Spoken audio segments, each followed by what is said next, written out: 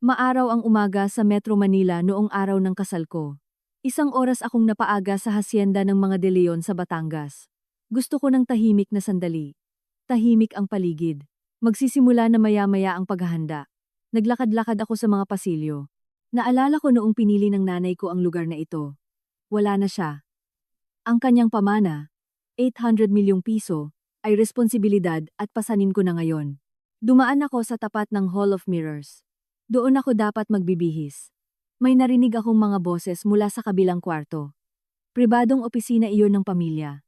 Namukhaan ko ang boses ni Mateo, ang mapapangasawa ko. Kausap niya ang nanay niyang si Doña Carmen. Tumigil ako. Wala akong intensyong makinig, pero nanlamig ang buong katawan ko sa tono niya. Kontrolado ang lahat. Mama, sabi ni Mateo. Napakalamig ng boses niya. Kinumpirma ng abogado ang mga kondisyon. Pagkakasal natin, halos mapapasa akin na ang mana ni Naya. 800 milyon. Isang malaking kayamanan. Sumagot si Doña Carmen. Tila nasisiyahan ang boses niya, at wala siyang kamalay-malay. Kasing inosente siya ng nanay niya. Mabuti na lang. Tumawa si Mateo. Isang tuyong tunog. Ang kasal ang susi.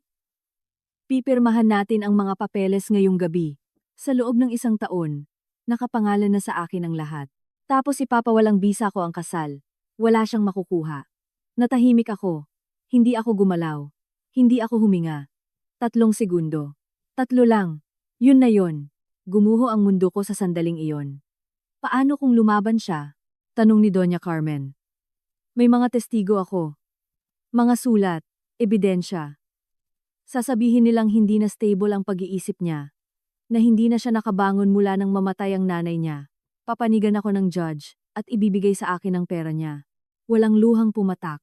Walang bigla ang galit. Isang malaking puwang lang. At pagkatapos ay naging napakalinaw ng lahat. Naintindihan ko na ang lahat. Ang pagmamadali niyang magpakasal kami. Ang walang tigil niyang tanong tungkol sa will and testament. Ang kawalan niya ng totoong interes sa buhay ko. Lumayo ako roon. Walang tunog ang mga hakbang ko. Pumunta ako sa dressing room. Umupo ako. Tiningnan ko ang sarili ko sa salamin. Nandoon si Naya Bautista, ang tagapagmana, ang susunod na biktima. Nilabas ko ang cellphone ko. Hindi ako tumawag sa kaibigan. Hindi sa tatay ko. Denial ko ang numero ng abogado ko. Si attorney, Carlos Mendoza. Carlos, si Naya ito. Kailangan kong may gawin ka ngayon din. Naya, ayos ka lang ba? Iba ang boses mo. Wala na akong oras. Makinig ka.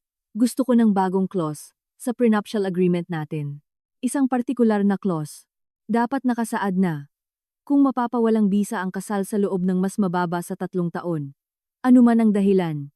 Isusuko ni Mateo ang lahat ng karapatan niya sa kasalukuyan at hinaharap kong mana. At sa anumang ari-arian na meron ako ngayon. Natahimik sandali si Carlos. Masyadong partikular yan. May nangyari ba? 1 oras na lang, kasal mo na. Gawin mo na at dalhin mo rito kasama ng notary public. Sabihin mo kay Mateo na, last-minute requirement. Ito, isang detalye mula sa pamilya niya. Pipirmahan niya yan. Magtiwala ka sa akin, Carlos. Gawin mo na, parang awa mo na. Binaba ko ang telepono. Ang bilis mag-isip ng utak ko. Kailangan kong i-record ang usapan. Kailangan kong protektahan ang sarili ko. Hinalungkat ko ang bag ko. Nakita ko ang isang maliit na voice recorder. Ginagamit ko ito sa piano lessons ko para i-record ang mga pyesa. Ngayon, iba ang i-record nito. Lumabas ako ng kwarto. Nakita ko ang isang batang waiter. Nag-aayos siya ng mga baso. Excuse me, sabi ko. Sinubukan kong kalmahin ang boses ko. Ako ang bride. May pabor sana ako. Surprise ito para sa magiging asawa ko. Kinakabahang tumango ang bata. Kahit ano po. Ma'am. Sa opisina sa ibaba, ilagay mo ito. Pinakita ko ang maliit na recorder sa loob ng florera na katabi ng bintana. Pindutin mo ang pulang button at iwan mo doon. Pagkatapos ng kasal, balikan mo. Babayaran kita ng 5,000 piso. Tiningnan ng bata ang device, nag-aalangan. Ma'am, hindi ko po alam. Biro lang ito. Recording para sa mga well wishes. Tradisyon ito sa pamilya namin. Kusang lumabas ang kasinungalingan. Tutulungan mo ba ako? Tumango siya, at kinuha ang recorder. Sige po, gagawin ko. Salamat. Huwag mong sabihin kahit kanino, surprise nga eh. Lumayo ako. Ang lakas ng kabog ng dibdib ko. Hindi pa iyon sapat. Kailangan ko pa ng iba. Kailangan ko ng testigo. Naalala ko si Paulo, ang pinsan ni Mateo. Lagi siyang mabait sa akin. Medyo tahimik, pero may awang nakikita sa mga mata niya kapag nakatingin sa akin. Ngayon alam ko na kung bakit. Nakita ko siya sa garden. Naninigarilyo. Suot ang barong niya para sa kasal. Paulo, sandali lang. Nagulat siyang humarap. Naya, dapat nagbibihis ka na. Kailangan mo akong pakinggan. Alam mo ba kung bakit nagpapakasal sa akin si Mateo? Tumigas ang ekspresyon niya. Tumingin sa ibang direksyon. Masayang araw mo ito. Hindi mo dapat tinatanong yan. Alam ko na ang sagot, Paulo. Narinig ko siya. Narinig ko siya, at ang tita Carmen mo. Pinag-uusapan nila, ang 800 milyon. Pinag-uusapan nila ang annulment. Namutla si Paulo, tinapon ang sigarilyo. Naya, pasensya na talaga. Sinubukan kitang balaan ng patago, pero masyado kang in love. Hindi na ngayon nagmamasid na lang ako. Tutulungan mo ba ako sa anong bagay? Mabuhay. Makawala dito ng higit pa sa wasak na puso ang dala. Gusto nilang ubusin ang pera ko. Hindi ko hahayaan. Tinitigan ako ni Paulo, tapos dahan-dahang tumango. Isang gintong hawla na puno ng ahas ang pamilyang ito.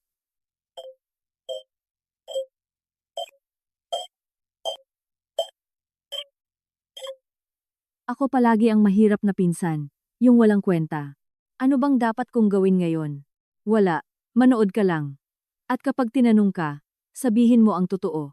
Sabihin mo kung ano ang nakita mo, kung ano ang alam mo. Yun lang, gagawin ko. Mag-ingat ka, Naya.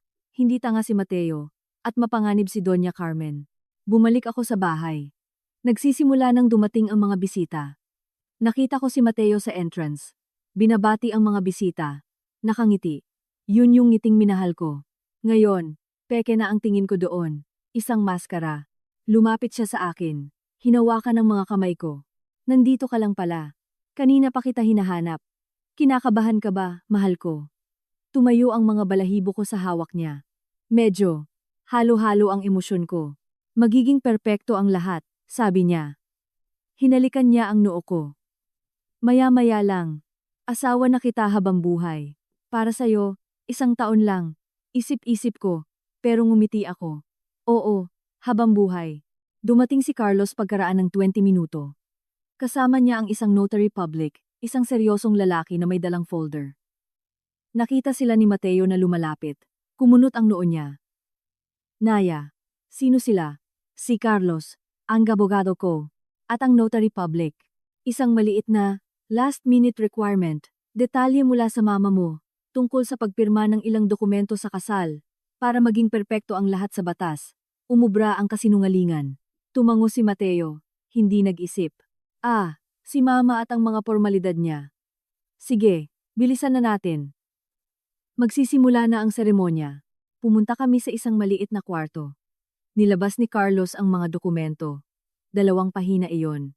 Ang bagong clause ay magaling na naisingit sa pagitan ng ibang legal na talata. Formalidad lang ito, sabi ni Carlos sa neutral na boses. Pinapatibay nito ang proteksyon ng mga ari-arian bago ang kasal. Karaniwang ginagawa ito sa mga unyon na hindi pantay ang yaman. Sinulyapan ni Mateo ang mga pahina. Mabilis na dumaan ang mga mata niya sa mga linya. Hindi niya binasang mabuti. Atat na siyang matapos. Pumirma siya ng malaki. Ako naman ang sumunod. Nilyan ng selyo ng notary public ang dokumento. Congratulations, sabi ng notaryo. Walang emosyon. Ayos na ang lahat. Hinawakan ako ni Mateo sa braso. Ayan, mahal ko. Babaguhin na natin ang takbo ng buhay natin. Sumunod ako sa kanya. Nasa akin na ang dokumento. Binigyan ako ni Carlos ng kopya. Tinago ko iyon sa bag ko kasama ng pag-asa at takot. Puno ang chapel, puro puting bulaklak. Banayad na musika. Suot ko ang wedding gown ng nanay ko. Hinihintay ako ni Mateo sa altar. Nakangiti siya. Naglakad ako papunta sa kanya. Bawat hakbang ay isang desisyon.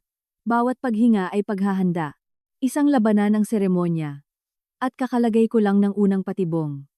Nagsimulang magsalita ang pari tungkol sa pag-ibig, sa walang hanggang pagsasama. Tiningnan ko si Mateo. Kumikinang ang mga mata niya. Pero ngayon nakikita ko na ang kasakiman sa likod ng mga iyon. Hindi pag-ibig.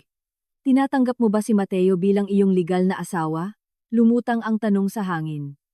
Nakatingin silang lahat sa akin. Tumigil ako sandali. Sinadyang patagalin. Nakita ko kung paano tumigas ang ngiti ni Mateo. Nakita ko ang panandaliang takot sa mga mata niya. Tapos ngumiti ako. Ang pinakamatamis na ngiting na kaya ko. Opo, tinatanggap ko. Nawala ang tensyon. Napabuntong hininga ang mga bisita sa ginhawa. Huminga ng malalim si Mateo. Hinawakan niya ang kamay ko. Malamig ang kamay niya. Nagpatuloy ang pari. Idineklara niya kaming mag-asawa. Hinalikan ako ni Mateo. Isang tuyo at mabilis na halik, isang selyo, isang kontrata. Lumabas kami ng chapel sa gitna ng palakpakan.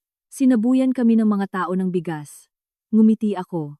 Iwinagayway ko ang bouquet ko. Perpekto ang lahat. Peke ang lahat. Sa reception. Nag-toast ako. Nakipag-usap. Sumayaw. Ako ang nagniningning na asawa. Walang nakapansin sa bitak, walang nakakita sa kaba sa dibdib ko.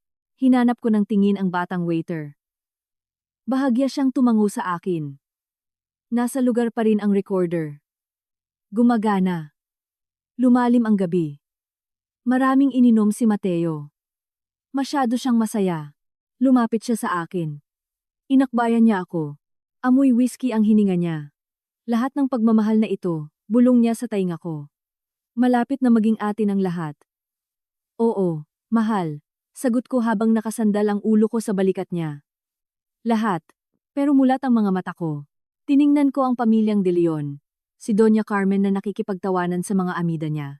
Si Katrina, ang kapatid ni Mateo, na tinitingnan ako ng may pandidiri.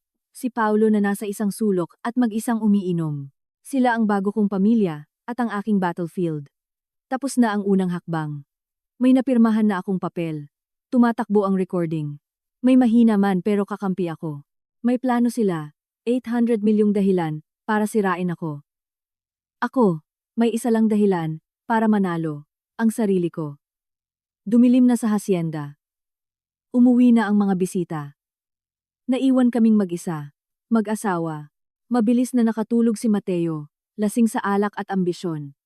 Ako, nanatiling gising, nakatingin sa kisame, pinapakinggan ang paghilik niya. Bukas magsisimula ang totoong digmaan. Isang tahimik na labanan sa iisang kama, sa bahay na hindi maituturing na tahanan. Pero sa ngayon, naipanalo ko ang unang laban. Pumasok ako sa laro nila, at hindi nila alam na kabisado ko na ang mga patakaran. Bumangon ako ng tahimik. Pumunta ako sa bintana. Sa labas, nililiwanagan ng buwan. Ang mga hardin. Doon, ilang oras lang ang nakakalipas. Akala ko nagsisimula na ang fairy tale ko. Ngayon alam ko na ang totoo. Hindi ito fairy tale, isa itong thriller. At ako, si Naya Bautista, ay hindi magiging damsel in distress. Ako ang magsusulat ng ending.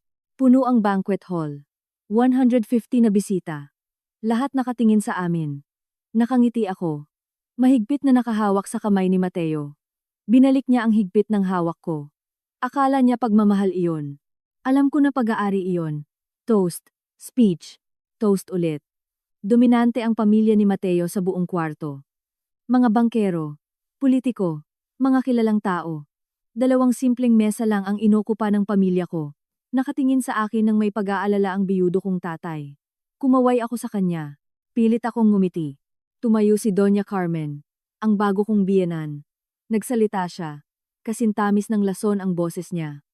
Mga minamahal na kaibigan. Napakagandang araw ngayon. Nahanap na rin sa wakas ng anak kong si Mateo ang perpektong babae. Naya, iha, malugod ka naming tinatanggap sa aming pamilya. Isang pamilyang buo at matatag, tulad ng mga ugat ng isang matandang puno. Palakpakan. Tiningnan ko si Mateo. Tumango siya ng may pagmamalaki. Uminom siya ng wine. At napakasayang isipin. Patuloy ni Doña Carmen, na ang unyong ito ay hindi lang pinag-iisa ang 2 puso, kundi pati na rin ang 2 pamana. Ang sa amin, at ang sa mahal na ina ni Naya. Sumalangit nawa ang kanyang kaluluwa. Ang kanyang alaala at kabutihang loob ay mananatili palagi sa atin. Isang bulungan ang umikot sa buong kwarto. Alam ng lahat kung ano ang tinutukoy niya. Ang 800 milyon. Isang open secret ang issue. Napanatili ko ang ngiti ko. Nanigas. Namutla ang tatay ko. Yumuko. Nakaramdam ako ng bara sa lalamunan ko. Pero hindi ako umiyak. Mas magandang panggatong ang galit kaysa lungkot. Dumating ang oras para sa first dance. Nagsimulang tumugtog ang banda. Niyakap ako ni Mateo. Umikot kami sa dance floor. Masaya ka ba, Naya? Bulong niya sa tainga ko. Sobrang saya. Pagsisinungaling ko. Perpekto ang lahat. Magiging perpekto talaga. Pangako ko yan. Magkaiba kami ng kahulugan ng pangako niya. Tumutugtog ang musika. Nakakapaso ang mga kamay niya sa likod ko. Naalala ko ang recording. Ang malamig niyang boses na nagsasabing, sa loob ng 1 taon ipapawalang bisa ko ang kasal. Nagngalit ang mga ngipin ko. Pagkatapos ng sayaw, lumapit ako sa dessert table. Kailangan ko ng sandali para makahinga. Lumapit sa akin si Paolo, ang pinsan. May hawak siyang baso. Mukha siyang kinakabahan. Naya, pwede ba tayong mag-usap sandali sa labas? Importante to. Tumango ako. Sumunod ako. Lumabas kami sa gilid na pinto. Malamig ang gabi. Lumayo kami sa musika. Anong problema, Paulo? Lumingon siya. Sinisiguradong walang nakasunod sa amin. Ang tapang ng ginawa mo. Yung close. Galit na galit si Doña Carmen. Kakalaman niya lang. Paano? Si Carlos. Yung abogado mo. Kaibigan siya ng kaibigan ng pamilya. May nasabi siya. Hindi naman sinasadya. Parang pinuri lang niya. Kung gaano kagaling ang naging payo sa'yo. Nakarating ang balita sa tita ko. Napamura ako sa isip ko. Hindi ko inasahan iyon. At ngayon, nagmamadali sila. 1 taon ang hihintayin sa agreement mo. Ayaw nilang maghintay ng ganun katagal. May mga utang sila. Malalaking utang. Hindi maganda ang takbo ng negosyo ng pamilya. Kailangan nila ng liquid cash. Ang pera mo ay hindi premyo, kundi salbabida. Tumama sa akin ang revelasyon. Hindi lang ito kasakiman, kundi desperasyon. Mas delikado sila dahil doon. Anong plano nila? Hindi ko sigurado, pero narinig ko sina Mateo at Katrina na nag-uusap kagabi. Pagkatapos ng dinner pinag-uusapan nilang pabilisin ang proseso. Humanap ng dahilan bago pa matapos ang honeymoon. Dahilan para maanul ang kasal. Seryosong tumango si Paulo. Kailangan mong mag-ingat, Naya. Matalino si Katrina at walang sinasanto. Ambisyoso si Mateo, pero malupit si Katrina. Feeling niya mas marami siyang karapatan. Matagal na siyang naiinggit kay Mateo, dahil siya ang lalaking tagapagmana. Ngayon nandito ka pa, ang outsider. Nakukuha ng pera niya. May sumilip na babae sa pinto. Si Katrina. Nakasiluweta siya mula sa ilaw ng kwarto. Nandyan lang pala kayo. Hindi dapat nagtatago ang mga bagong kasal. Halik kayo. May mga toast pa. Masaya ang tono niya. Pero parang lawin. Kung tingnan kami ni Paulo ng mga mata niya. Nariyan na kami. Katrina, malinaw na sabi ko. Pinapakita lang sa akin ni Paulo ang Winter Garden. Sabi niya, paborito mo raw itong lugar. Pilit na ngumiti si Katrina. Oo nga, puno ng mga nakakalasong halaman. Alam mo ba? Magaganda, pero nakamamatay. Tulad ng maraming bagay sa buhay. Tumagos ang tingin niya sa akin. Tapos tumalikod siya at pumasok. Napabuntong hininga si Paulo. Mag-ingat ka sa kanya, Naya. Seryoso. Bumalik kami sa loob. Tuloy ang party. Medyo lasing na si Mateo. Tumatawa ng malakas. Niyayakap ang mga kaibigan niya. Nakita niya ako at sinenyasan ako. Lumapit ako. Ang asawa ko, ang pinakamagandang babae sa buong Pilipinas, di ba, mga pare? Palakpakan, tawanan. Uminom ako ng konting champagne. Umalat ang lasa sa bibig ko. Lumapit si Katrina na may 2 punong baso. Isang special toast para lang sa pamilya. Inabot niya sa akin ang isa. Para sa'yo. Naya. Welcome sa pamilya. Kinuha ko ang baso. Hawak niya ang sa kanya. Nag-toast kami. Uminom ako. Napansin kong binasa niya lang ang mga labi niya. Hindi niya nilunok. Tumunog ang alarm sa utak ko. Binaba ko ang baso sa mesa, at nagkunwaring inuubo. Sorry. May nagbara sa lalamunan ko. Ayos lang yan, iha, sabi ni Katrina. Hindi abot sa mata ang ngiti niya. Uminom ka ng tubig. May dumaang waiter na may dalang tray. Kumuha ako ng tubig. Uminom ako. Iniwan ko ang baso ng champagne. Ilang minuto ang nakalipas. Nakita ko si Katrina na kinuha ang parehong baso at patagong ibinuhos ang laman yon sa isang paso. Nanlamig ang dugo ko.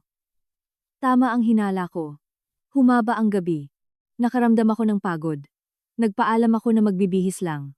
Umakyat ako sa bridal suite. Hindi ko ito tahanan, isa itong stage. Binuksan ko ang bag ko. Tiningnan ko ang recorder. Nandoon pa rin ang maliit na device. Tinago ko ito sa isang sikretong compartment. Tinawagan ko si Carlos. Carlos, ako to. Naya, ayos ka lang ba? May naririnig akong tsismis. Nagtatanong si Doña Carmen. Alam ko. Makinig ka. May kailangan pa ako. Kailangan mong imbestigahan ang mga utang ng pamilya De Leon. Ang mga negosyo nila, lahat ng makikita mo, ngayon na. Bakit? Anong nangyayari? May rason ng pagmamadali nila. Hindi lang ito kasakiman, pangangailangan ito. At dahil sa pangangailangan, nagiging pabaya at mapanganib ang mga tao. Gusto kong malaman kung sino ang kinakalaban ko. Sige, gagawin ko. Mag-ingat ka, Naya. Palagi. Binaba ko ang tawag. Hinubad ko ang belo ko. Tiningnan ko ang sarili ko sa salamin. Ang bride. Ang tagapagmana. Ang target. Nakarinig ako ng mga hakbang sa hallway. Si Mateo. Pumasok siyang pagyewang-gewang. Amoy alak at sigarilyo. Nandito ka lang pala. Tuloy pa rin ang party, alam mo ba? Gusto pang mag-celebrate ng mga kaibigan ko. Pagod na ako, Mateo. Napakahaba ng araw na ito. Lumapit siya. Hinawakan niya ako sa balikat. Malabo ang mga mata niya. Hindi natin pwedeng biguin ang mga bisita natin. Halika, isang sayaw pa. Hindi imbitasyon ang tono niya, utos iyon. Tinitigan ko siya. Sa isang segundo, nakita ko ang lalaki sa likod ng maskara. Inip.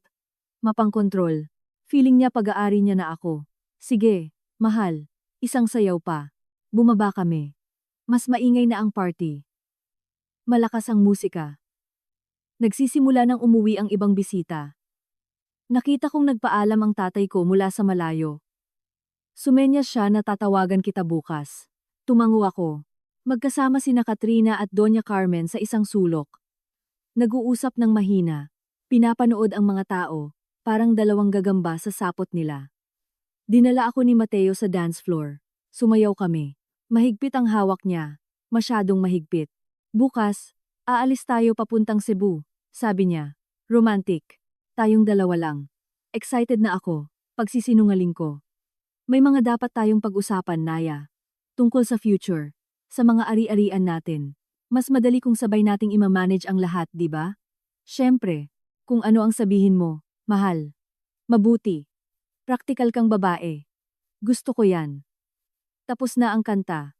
Binitawan niya ako. Kumuha siya ng isa pang inumin. Naiwan ako sa gitna ng dance floor. Kahit pinalilibutan ng tao, pakiramdam ko mag-isa lang ako. Bigla akong nahilo. Matinding pagkahilo. Umiikot ang paligid. Kumapit ako sa upuan para hindi ako matumba. May nainom ba akong iba? Yung tubig. Hindi. Galing sa tray yung tubig. Yung champagne. Isang simsim lang ang tinikman ko. Pero sapat na iyon. Si Katrina. Ang baso. Hindi siya uminom. Siguradong may inilagay siya roon. Isang bagay na mabagal umepekto. Huminga ako ng malalim. Medyo nawala ang hilo. Pero pakiramdam ko nang hihina ako. Hindi ako pwedeng manatili doon. Hindi ako pwedeng himatayin sa harap nilang lahat. Hindi ko sila pwedeng bigyan ng dahilan. Tinuon ko ang buong lakas ko. Naglakad ako papunta sa exit. Dumaan ako sa tabi ni Paulo. Nagkatinginan kami. Nakita niya ang pamumutla ko. Bahagya siyang tumango. Lumapit siya kay Mateo. Hinawakan niya ito sa braso. Nagsimulang makipag-usap tungkol sa isang urgent na negosyo.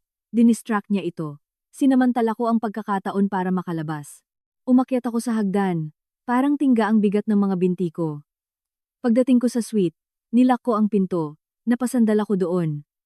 Huminga ako ng malalim. 1, 2, 3. Hindi ako pwedeng mawalan ng kontrol. Hindi ngayon. Gumapang ako papunta sa banyo.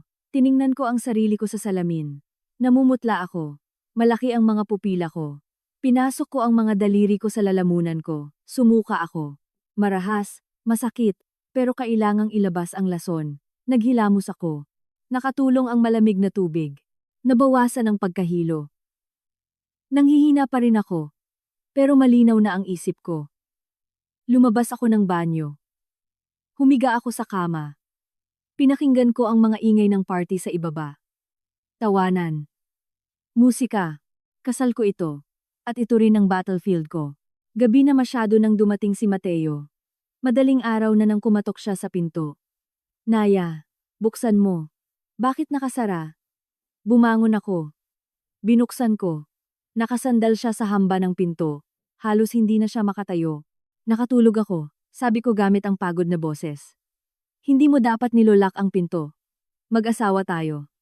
Pumasok siyang natitisod, hinubad ang coat niya, at bumagsak sa kama. Anong araw? Napaka-perpektong araw. Oo, perpekto.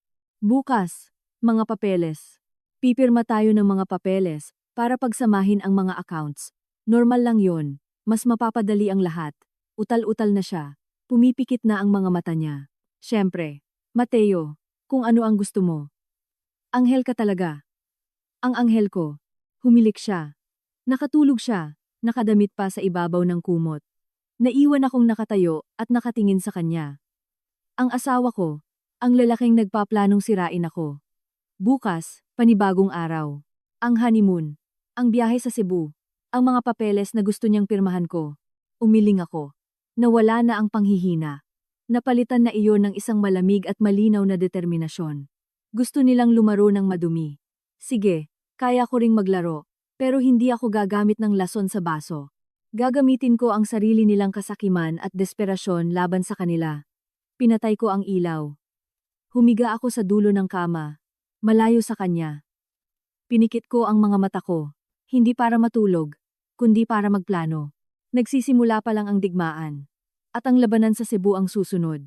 Tanghaling tapat nang makarating kami sa Cebu. Napakainit ng araw.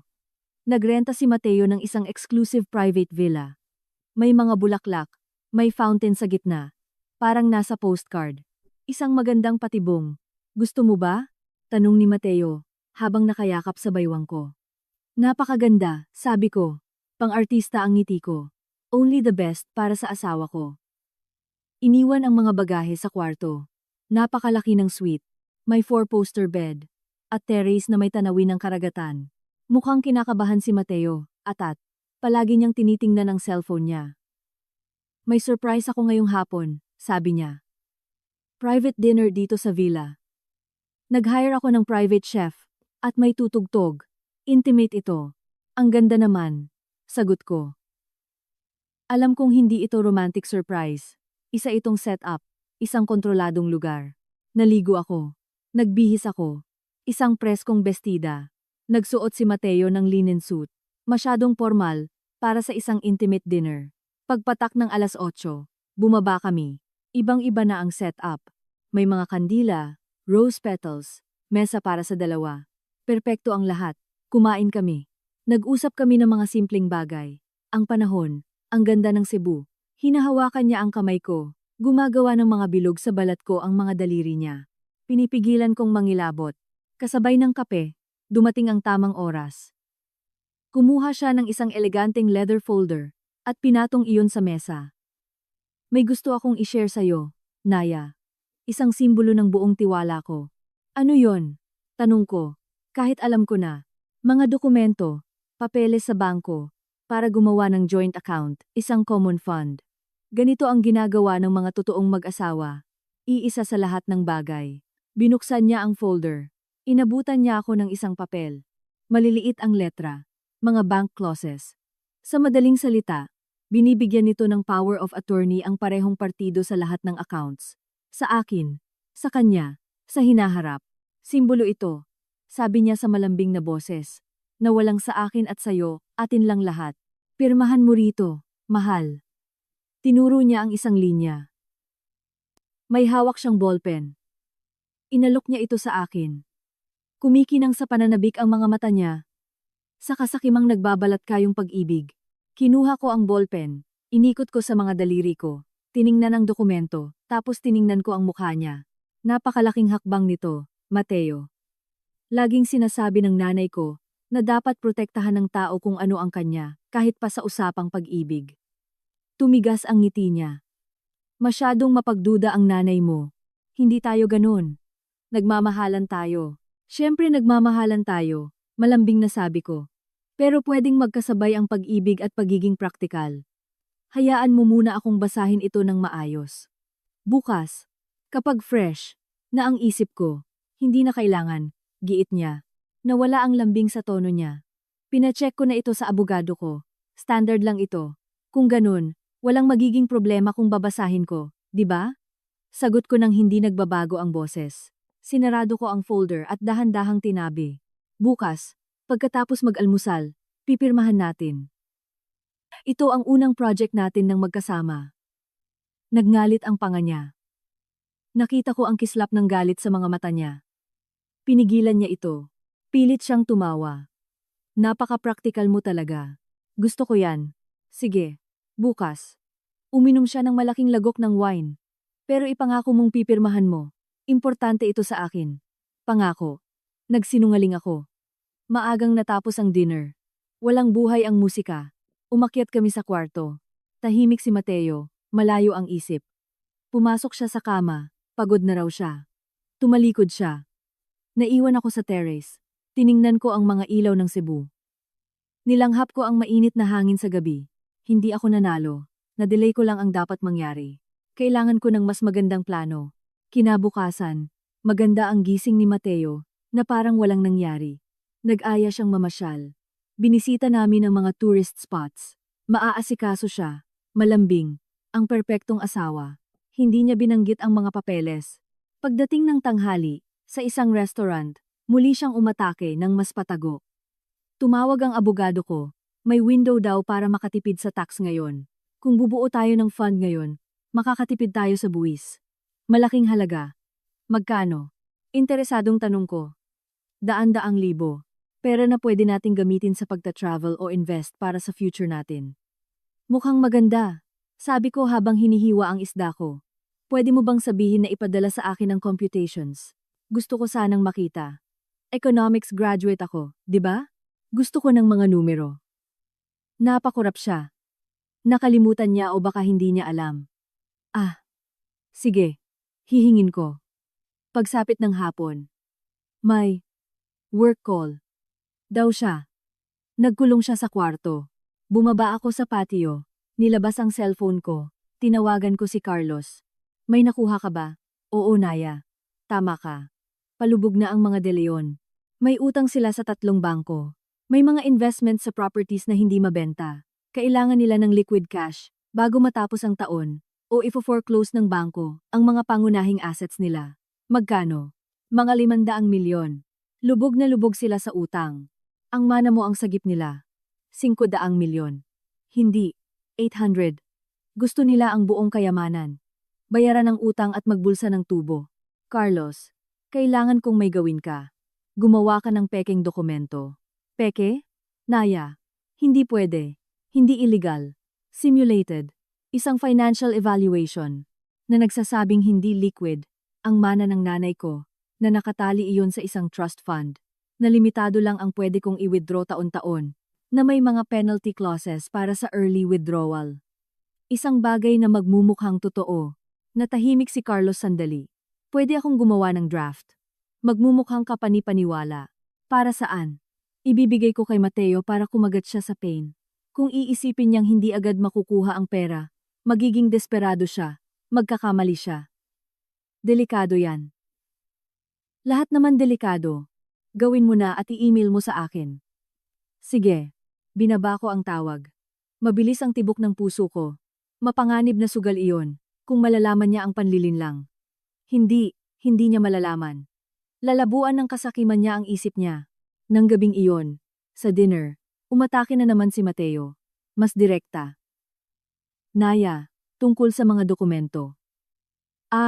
Oo, singit ko na may peking sigla. Napag-isipan ko na. Tama ka. Dapat nating pag-isahin ang future natin, pero gusto kong gawin ng tama. I-email sa akin ng abogado kong si Carlos ang mga papeles, isang evaluation ng mana ko para makita mo kung ano talaga ang maiambag ko, para transparent lahat. Nagulat siya. Tapos, isang malaki at tunay na ngiti ang sumilay sa mukha niya. Siguro naisip niya, ang galing at praktikal ng babaeng ito. Gusto ko yan. Darating bukas. Sabi ko. At saka natin pipirmahan lahat, ang dokumento mo at ang sa akin. Sabay. Perfect, sabi niya. Tuwang-tuwa siya. Umorder siya ng champagne. Nag-toast kami para sa future namin, para sa pera namin. Kinabukasan, dumating ang email ni Carlos. Pinrint ko ang mga dokumento sa reception ng hotel. Kapani-paniwala ang mga iyon. May selyo ng law firm. May mga komplikadong legal terms. Nakasaad doon na ang pangunahing kapital, ang 800 milyon, ay nasa isang irrevocable trust. 20 milyong piso lang ang pwedeng i-withdraw taon-taon nang walang tax. Anumang withdrawal na higit doon ay may 50% penalty at mangangailangan ng court approval. Dahil beneficiary ako na may psychological conditions matapos mamatay ang nanay ko. Isang matapang na kasinungalingan. Napakagaling ng pagkakagawa ni Carlos. Mukhang totoong-totoo. Dinala ko iyon kay Mateo sa terrace. Nagbabasa siya ng diaryo. Heto na ang detalye ng financial situation ko. Kinuha niya iyon ng may pagkasabik. Inis-scan ng mga mata niya ang mga pahina. Nakita ko ang pagbabago ng ekspresyon niya. Mula sa tuwa papunta sa pagkalito, tapos pandidiri. Ano to? Isang trust fund? 20 milyon lang taon-taon? Barya lang ito. Ganyan talaga, mahal. Maingat ang nanay ko. Ayaw niyang waldasin ko ang pera, o may ibang magwaldas nito para sa akin. Pero kailangan natin ng mas malaki. May mga plano ako, mga investments. Pwedeng lumaki ng 5 beses ang perang ito. Alam ko, sabi ko, habang ipinapatong ang kamay ko sa kamay niya. Pero rules are tumayo siya, palakad-lakad, hinihimas ang batok niya. In shock, siya, gumuho ang plano niya. Kailangan nating ilaban to. Dalhin natin sa korte, ipawalang bisa ang trust fund. Sinubukan na ni Carlos. Hindi yan pwedeng buwagin. Panahon lang ang makakapagpalaya niyan. Sa loob ng 30 taon, mapapasa akin ang buong kapital. Malinis. 30 taon? Sigaw niya. Tapos hininaan niya ang boses niya. Ang tagal nun. Sorry, Mateo. Yumuko ako, nagkunwaring malungkot. Akala ko sapat na ang pagmamahal natin, na hindi mahalaga sa iyo ang pera. Tumigil siya, huminga ng malalim, umupo, at hinawakan ang kamay ko. Malamig ang hawak niya. Siyempre hindi mahalaga ang pera, mahal. Ikaw ang mahal ko, hindi ang pera mo. Minor setback lang ito. Lalagpasan natin to ng magkasama. Pero iba ang sinasabi ng mga mata niya. Takot, pinipigil ang galit. Kinagat niya ang pain at nakulong na siya. Nang gabing iyon, nagkunwari siyang masakit ang ulo. Maagang natulog. Naiwan ako sa terrace. Narinig ko siyang may kausap sa telepono, nang pabulong mula sa kwarto. Hindi ko naintindihan ang mga salita, pero nagmamadali at galit ang tono niya. Kinabukasan, nagbago ang lahat. Naging malamig ang pakikitungo niya. Distansyado. Kinansela ang mga tours. Kailangan daw niyang bumalik sa Manila. Urgent family matters. Sa eroplano, hindi siya nagsasalita. Nakatingin lang sa bintana, malalim ang iniisip. Galit. Nakatingin ako sa unahan, alam ko na ang susunod. Ang desperasyon, ang susunod nilang hakbang. May problema sila ngayon, hindi sila pwedeng maghintay ng 30 taon. Kailangan nila ng pera agad. At kapag ang mga desperadong tao ay hindi makuha ang gusto nila sa maayos na paraan, hahanap sila ng ibang daan. Naipit sila sa kasinungalingan ko. Mas mapanganib at madumi ang mga susunod na mangyayari. Pero handa ako, o ganun ang akala ko. Nagsimula na ang laro, at naiwang walang depensa ang hari. Pagbalik sa Metro Manila, sinalubong ako ng malamig na eleganisya ng bahay ng mga De Leon. Hindi ito tahanan, isa itong occupied territory. Hinihintay ako ni Doña Carmen sa main living room. Kasama niya si Katrina. Malinaw na patibong. Isang family welcome meeting. Naya, iha, maupo ka, sabi ni Doña Carmen. Ang ngiti niya ay parang barbed wire. Kailangan nating pag-usapan ang future mo. Ang future ng pamilyang ito. Umupo ako. Sa harap nila, may naghihintay na isang tasa ng tsaa. Hindi ko iyon ginalaw. Maikli lang ang biyahe nyo, komento ni Katrina. Pinaglalaruan ang kwintas niya. Sabi ni Mateo, kailangan mo raw bumalik dahil sa ilang matters. Problema sa mana. Kinausap na pala niya. Hindi naman problema. Mas komplikado lang sa inaasahan ko. Napakaingat ng nanay ko. Ganyan talaga tayong mga nanay, sabi ni Doña Carmen, sabay sipsip ng tsaa. Pero minsan, ang sobrang pag-iingat ay nakakasama sa mga buhay. Kailangan mong labanan ang trust fund na yan, Naya. May magagaling na abogado ang pamilyang ito, ang pinakamagagaling. Hindi yan pwedeng labanan. Irrevocable yan. Kinonsulta ko na, kalmadong pagsisinungaling ko. Napabuntong hininga si Katrina. Naiinis. So, nakulong tayo sa paghihintay ng barya, na tumutulo taon-taon? Nakakatawa. May mga pangangailangan ng pamilya. Naya, patuloy ni Doña Carmen, hindi pinansin ng anak, mga pending investments, commitments. Ang kasal niyo ni Mateo ay pag-iisa ng mga kaluluwa. Oo, pero pati rin ng mga yaman. Inaasahan na aambag ka. Aambag ako ng 20 milyon taon-taon, sabi ko sa neutral na boses. Tax-free. Hindi yan, barya. Joke yan. Singhal ni Katrina. Kahit pang-maintain lang ng bubong na to, hindi sapat. Tiningnan siya ng masama ni Doña Carmen. Tumahimik si Katrina, tapos bumaling ulit sa akin ang biyenan ko. Bumalik sa pagiging matamis ang tono niya. Matamis na may lason. May ibang paraan para makaambag ka, iha. Isang bagay na mas mahalaga kaysa pera. Isang tagapagmana.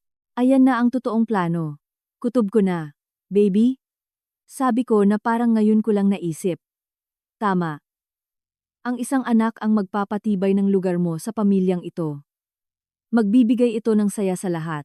At sa aspetong legal, mapapabilis nito ang ilang successory processes, mare-review ang ilang trust funds. Kumikinang ang mga mata niya sa malamig na katusuhan. Kasinungalingan iyon. Siyempre, pero iyon ang bago nilang plano. Isang baby, isang permanenteng koneksyon, isang panggigipit, at siguro, isang tagapagmana na pwede nilang kontrolin. Masyado pang maaga, Mama Carmen. Ilang linggo pa lang kaming kasal.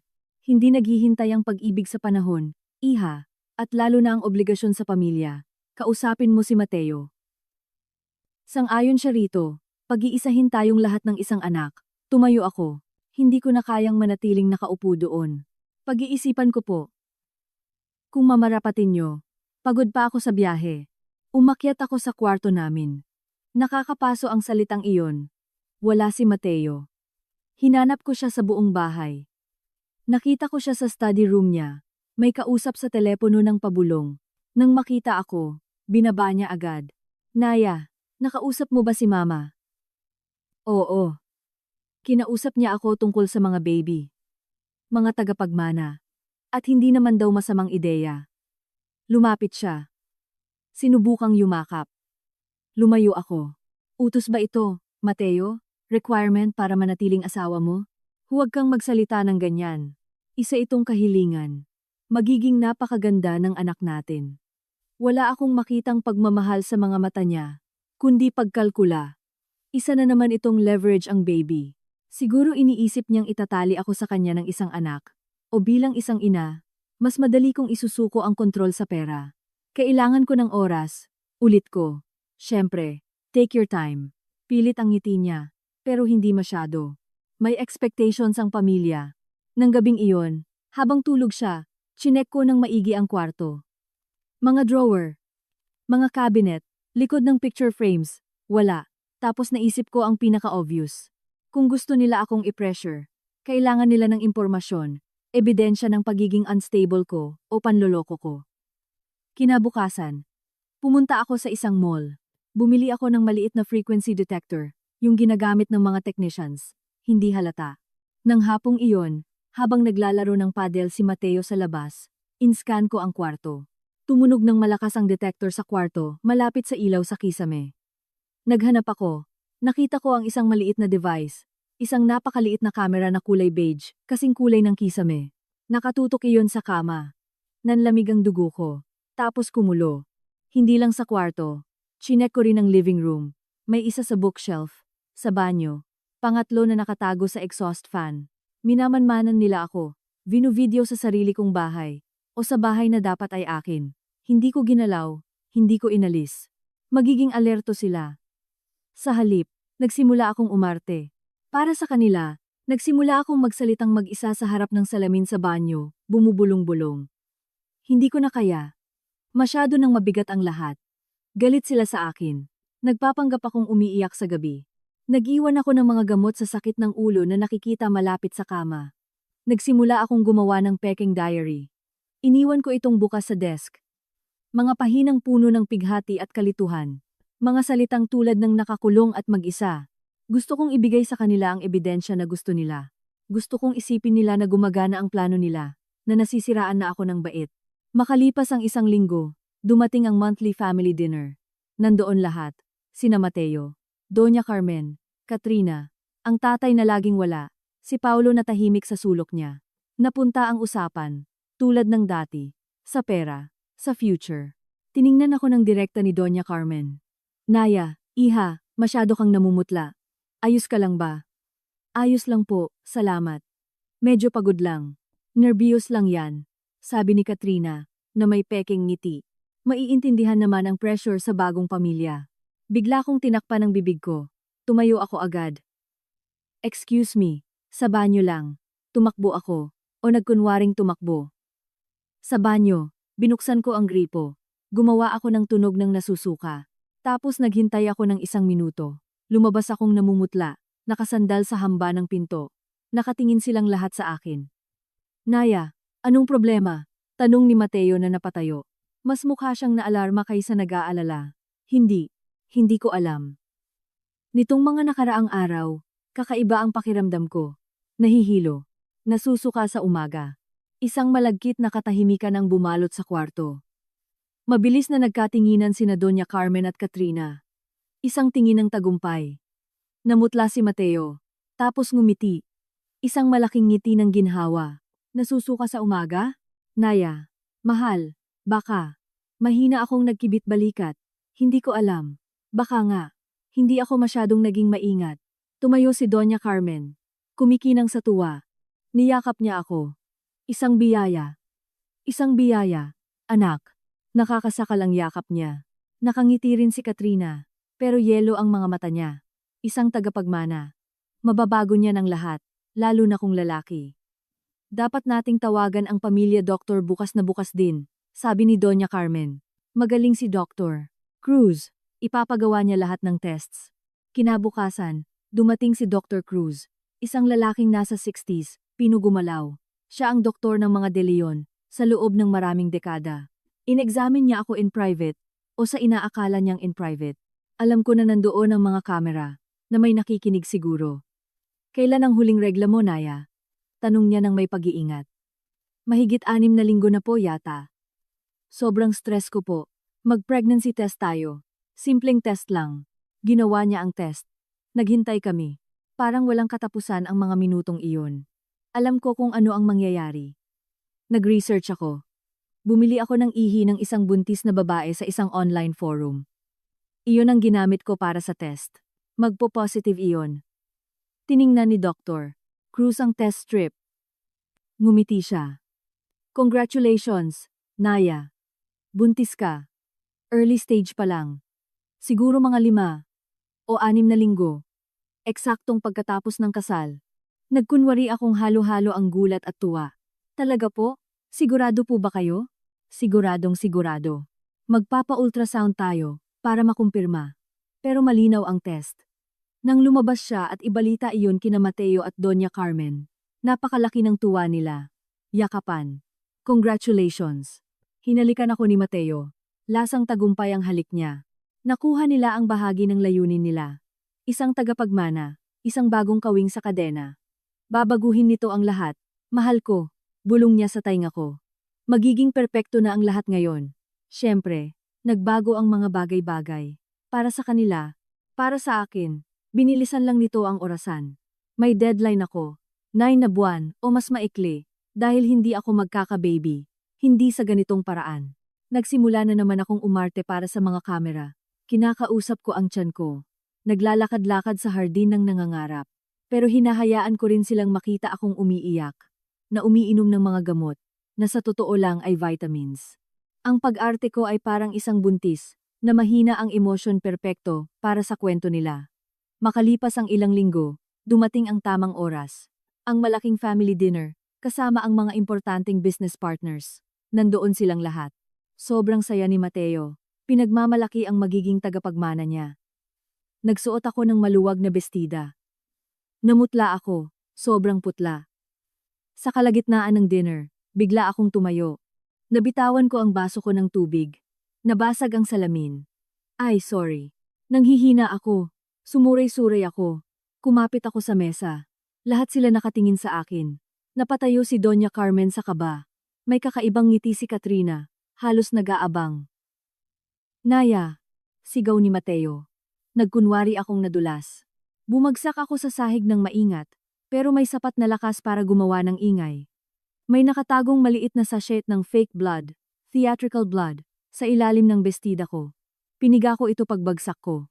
Isang maitim na pulang mantsa ang kumalat sa mapusyaw kong damit. Nagkagulo agad. Sigawan. Nagtayuan ang mga tao. Lumuhod si Mateo sa tabi ko, kasing putla ng patay. Tumawag kayo ng ambulansya! Bilis! Sigaw ni Doña Carmen. Umuungol ako, hawak-hawak ang tiyan ko. Masakit, ang sakit-sakit. Nanigas si Katrina na nakatingin sa dugo. Nawala ang ngiti niya. Takot at guilt lang ang naiwan sa mukha niya.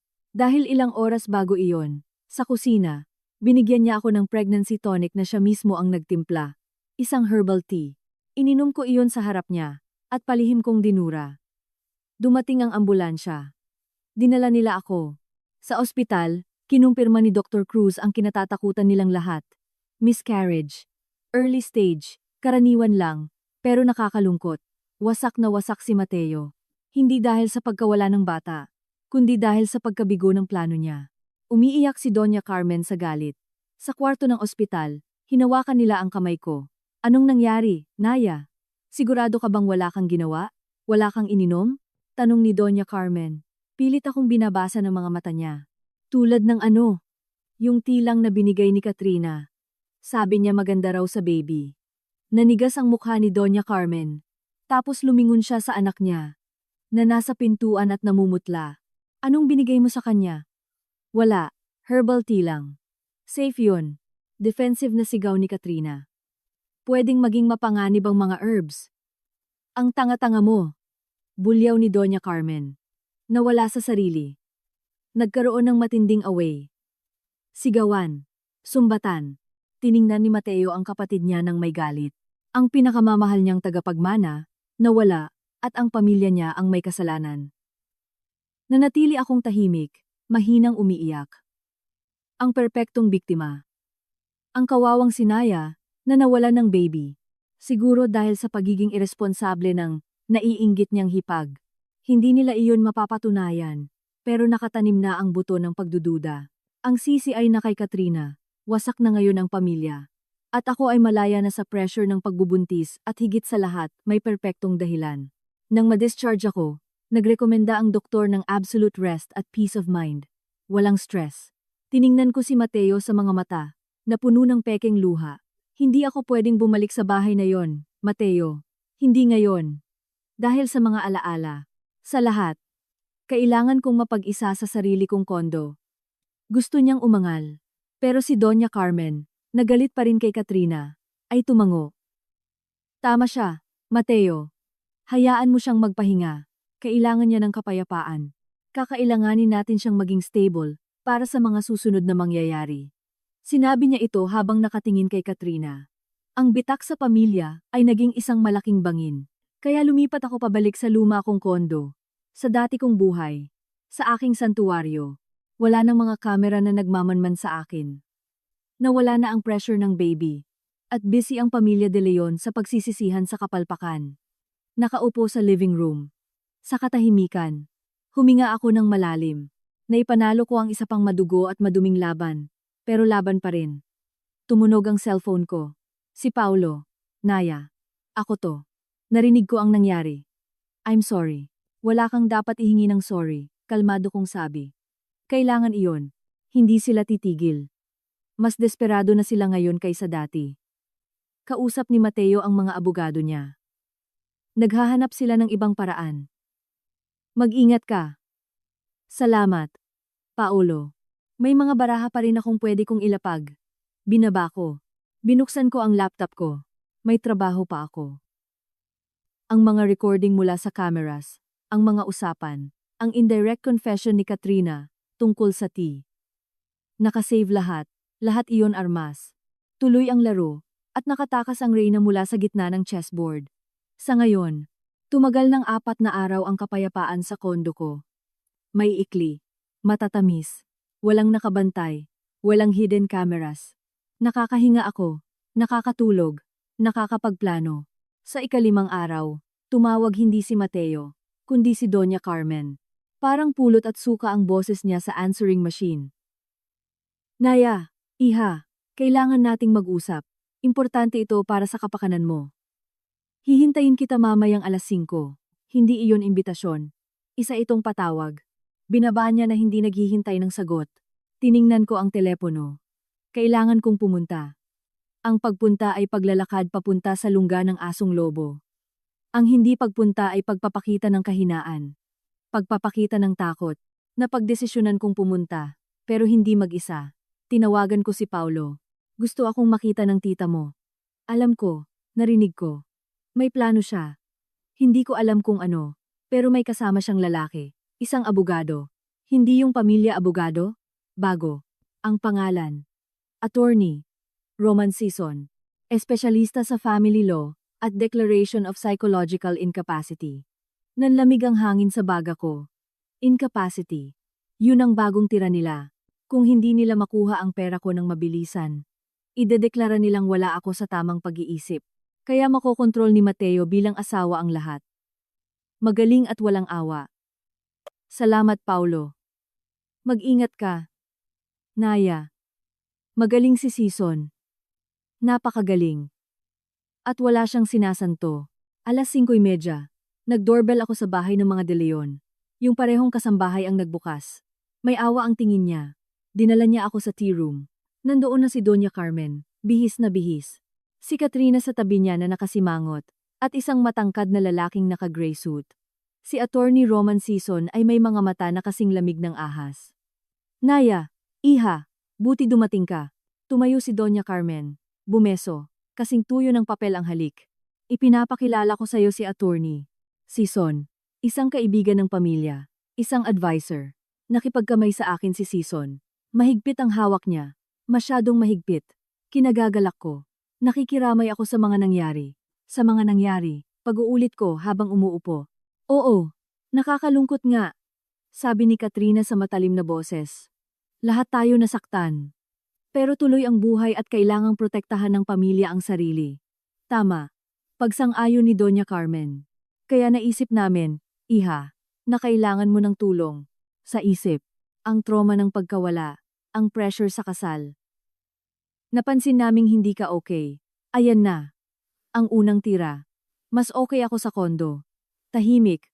Malambing na sabi ko. Pero hindi maganda ang mag-isolate. Singit ni Sison. Parang klinikal ang tono niya. Kadalasan, pagkatapos ng isang shock, nagkakaroon ng regression, irrational behavior. Nag-aalala ang pamilya. Nag-aalala ang asawa mo. Kung ganoon, sana si Mateo mismo ang nagsabi sa akin. Wasak na wasak si Mateo, Naya, sabi ni Doña Carmen, habang inaarte ang paghawak sa dibdib niya. Hindi kanya kayang makitang ganyan.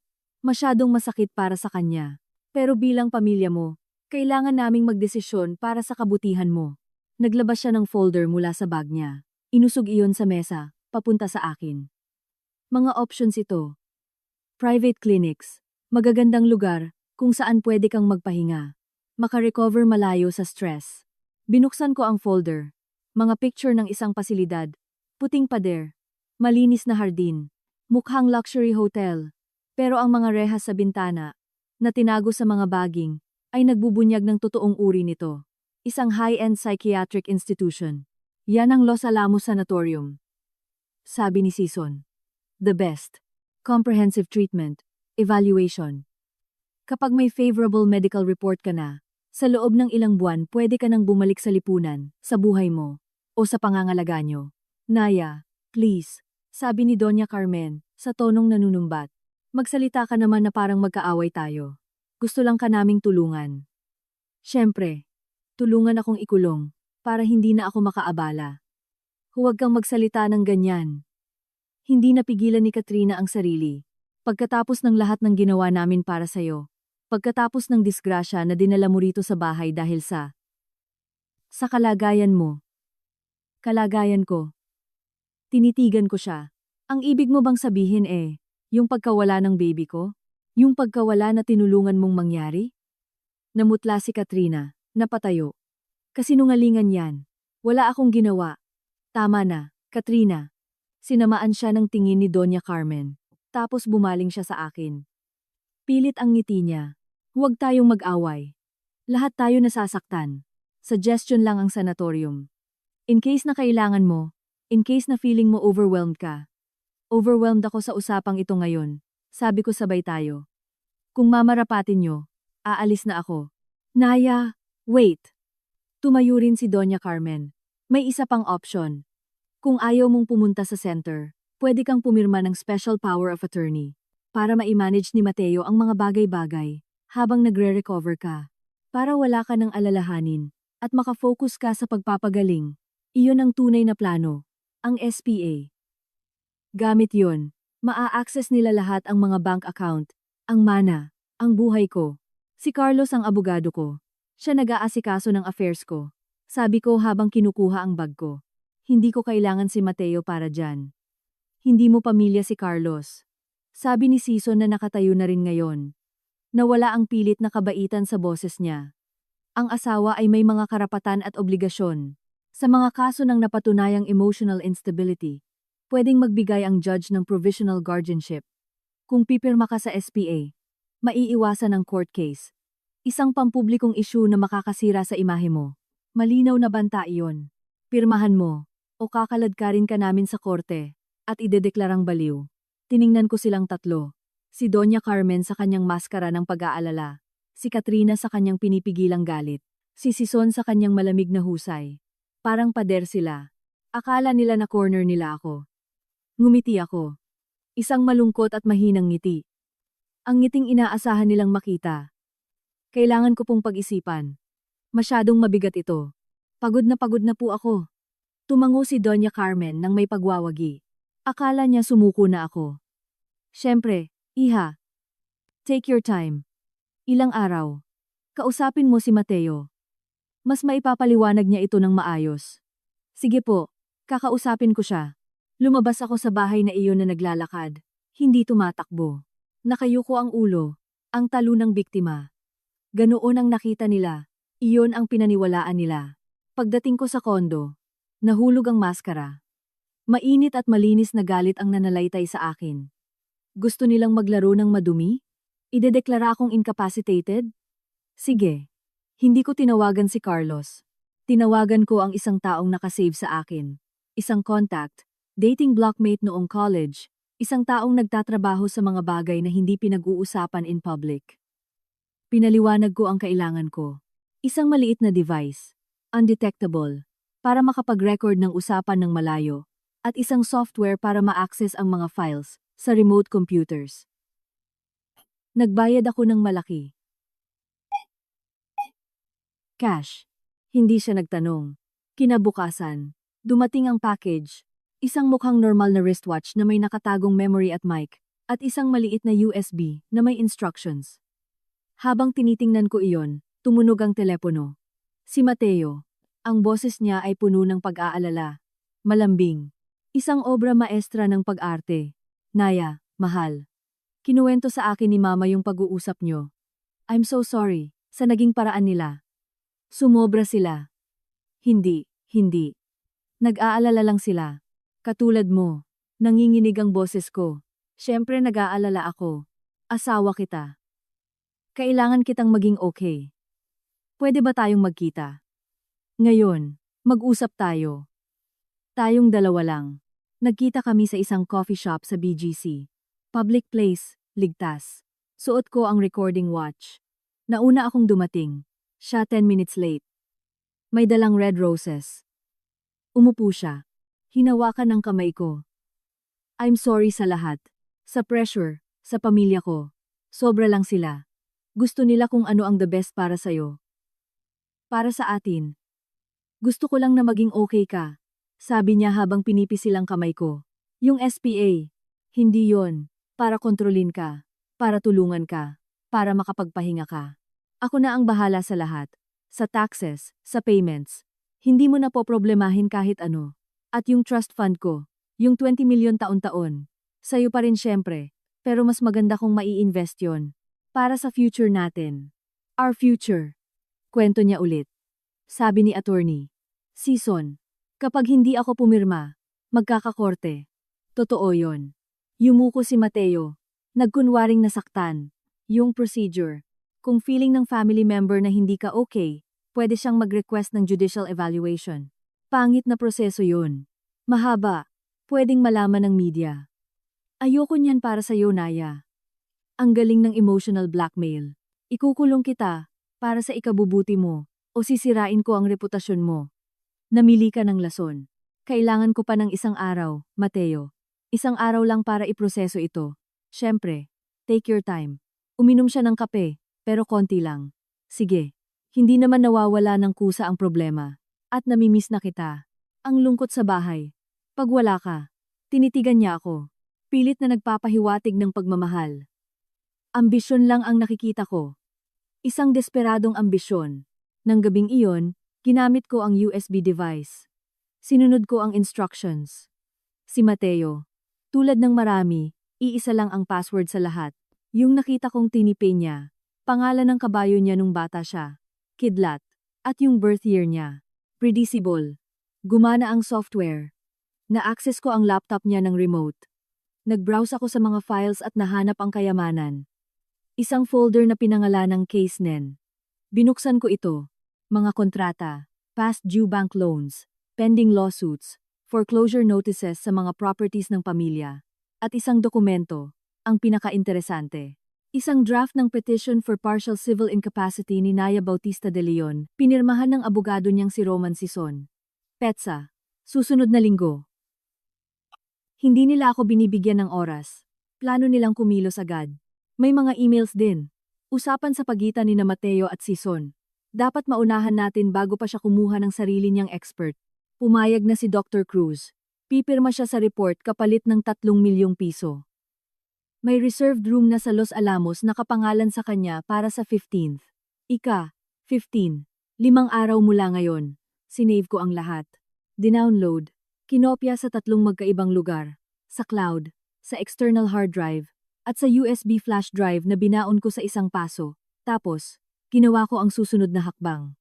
Gumawa ako ng email kay Carlos, sa tatay ko, at sa isang journalist, isang investigative journalist, na minsan ko nang tinulungan sa impormasyon.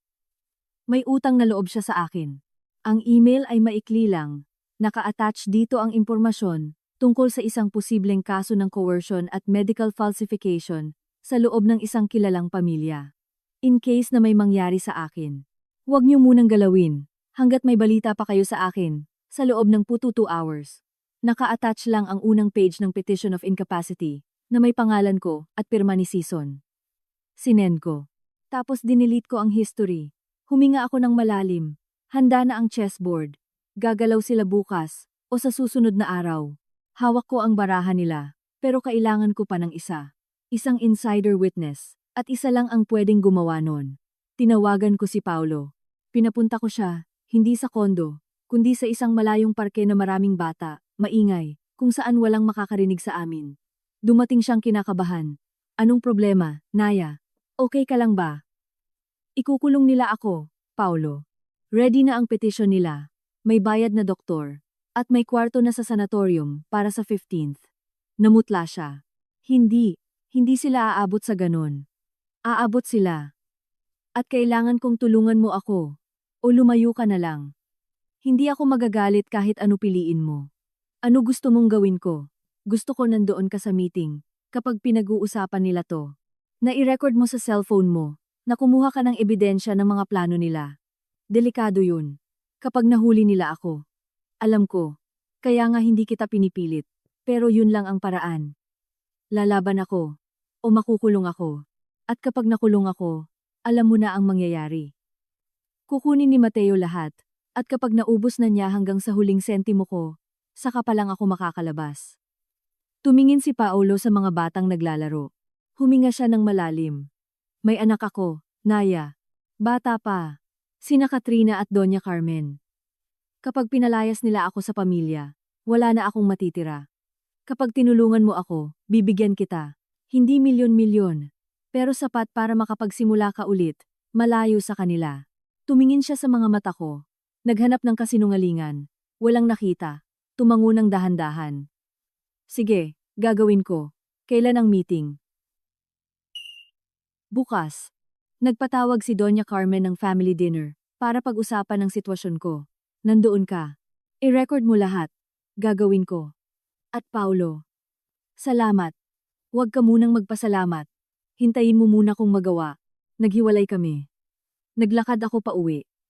Malamig ang gabi. Malinaw ang langit. Kita ang mga bituin sa Metro Manila. Naisip ko ang nanay ko. Kung ano sasabihin niya. Lumaban ka, anak. Lumaban ka ng madumi kung kailangan. Pagdating ko sa pinto ko, may isang sobre na walang pangalan ng nagpadala. Binuksan ko. Isang pahina lang.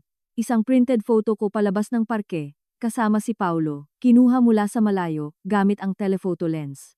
At sa ibaba, isang nakasulat kamay na mensahe gamit ang malamig at eleganteng sulat. Huwag kang maglaro ng apoy, Naya. Baka masunog ka. O ang taong mahalaga sa'yo. Hindi yun galing kay Mateo. Mas direkta siya.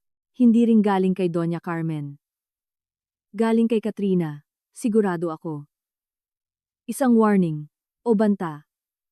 Ngumiti akong walang halong saya. Handa na ang laro. Nilapag na ng lahat. Ang mga barahan nila. O halos lahat. May natitira pa akong alas. Ang pinakaimportante. Ang nagpapatunay na kasinungalingan ang lahat umpisa pa lang. Nanginginig ang kamay kong hawak ang litrato. Alam ni Katrina. Alam niyang nakipagkita ako kay Paulo. Nasundan ba ako? O may presyo ba si Paulo, na mas mababa kaysa inaakala ko? Unti-unting kumalat ang laso ng pagdududa. Wala na akong mapagkakatiwalaan kundi sarili ko. Nilagay ko ang picture sa drawer.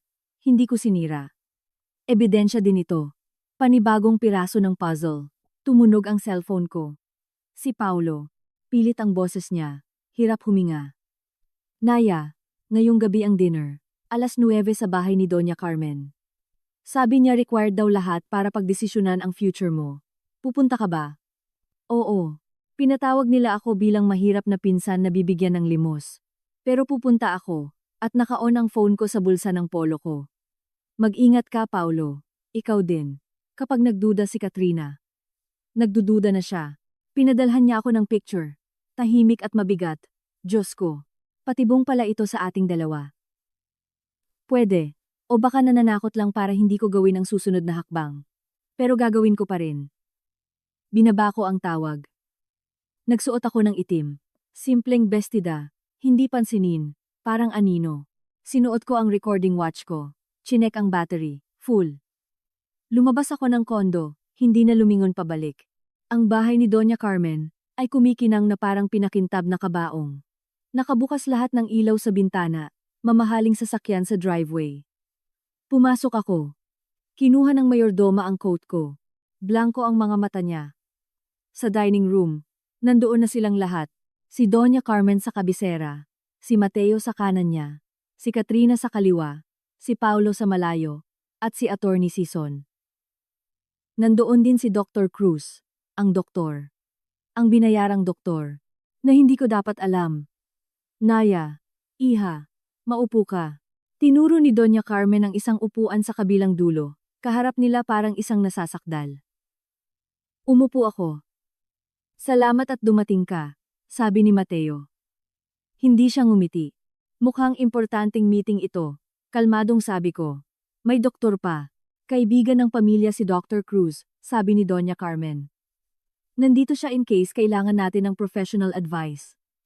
Tumango ng alanganin ng doktor. Hindi makatingin sa akin. Diretsuhin na natin, sabi ni Katrina. Parang latigo ang boses niya. Hindi na ito pwede, Naya. Ang kakaibang ugali mo, ang ayaw mong pag-uwi, ang emosyonal mong kalagayan, ay pabigat na sa lahat. Sorry kung pabigat ako. Bulong ko sa bayu ko. Useful ang pagiging biktima. Hindi ito usapin ng sisihan. Singit ni Sison na parang abogado.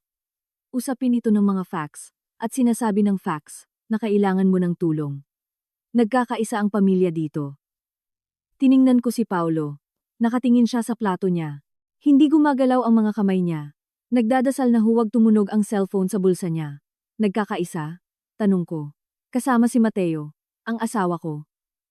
Napalunok si Mateo. Tumingin sa akin. May laban sa mga mata niya. Kasakiman laban sa natitirang kahihiyan.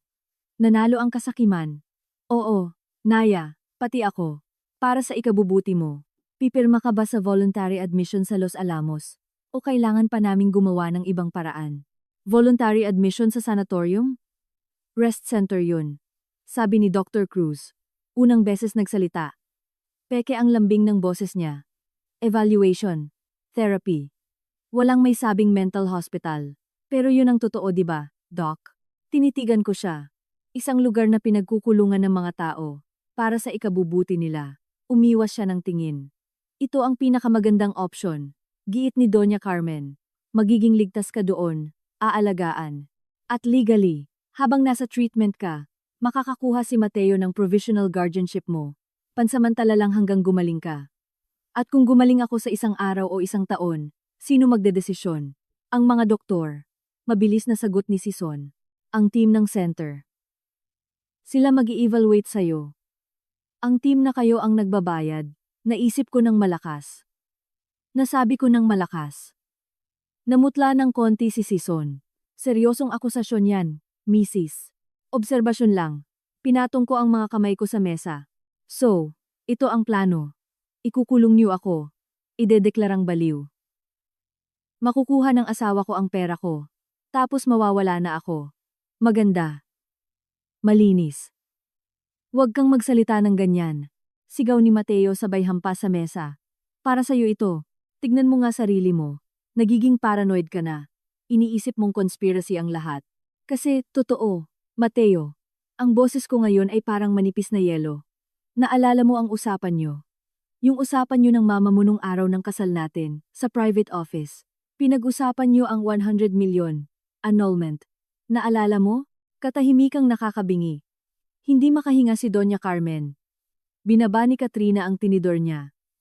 Bumaon ang matalim niyang tingin kay Mateo. Dahil sa katangahan nito. Anong pinagsasasabi mo? Sabi ni Mateo. Nanginginig ang boses. Na narinig kita, Mateo. 1 oras bago tayo makasal. Sabi mo, hintayin mong makuha ko ang pera. Tapos ipapawalang bisa ko ang kasal.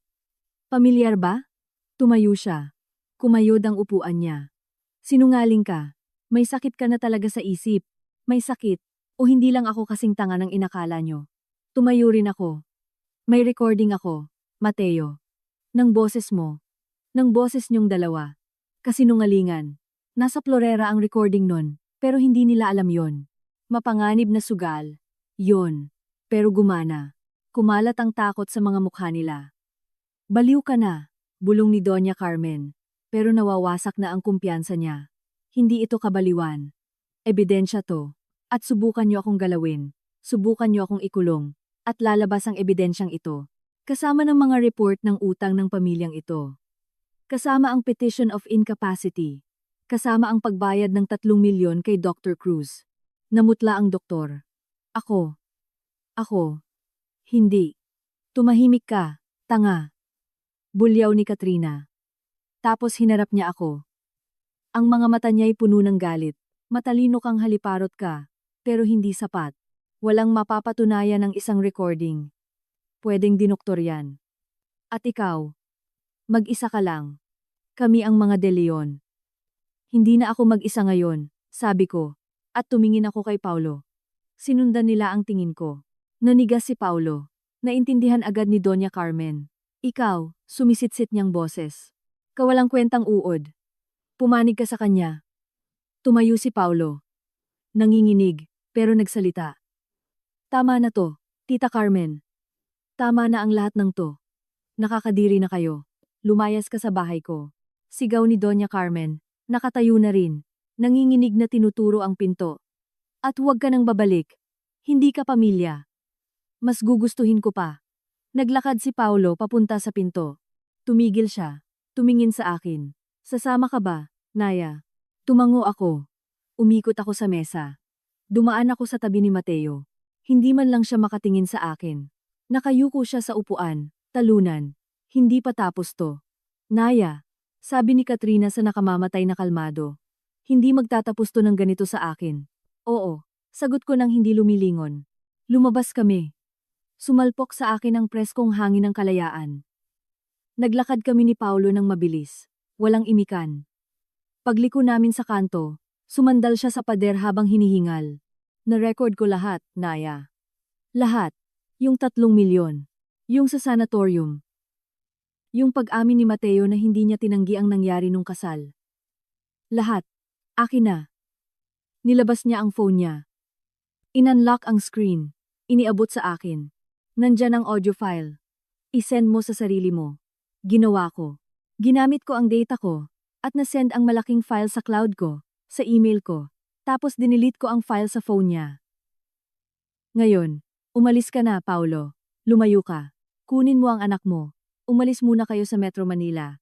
Binigyan ko siya ng sobre na may 500,000 piso cash. Advance ito. May susunod pa. Ayoko niyan. Hindi ko ito ginawa para sa pera. Alam ko, pero kailangan mo yan para makapagsimula ulit. Malayo sa kanila.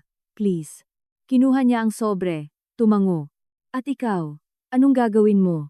Kung ano ang dapat kong ginawa umpisa pa lang. Tapusin to. Bumalik ako sa kondo.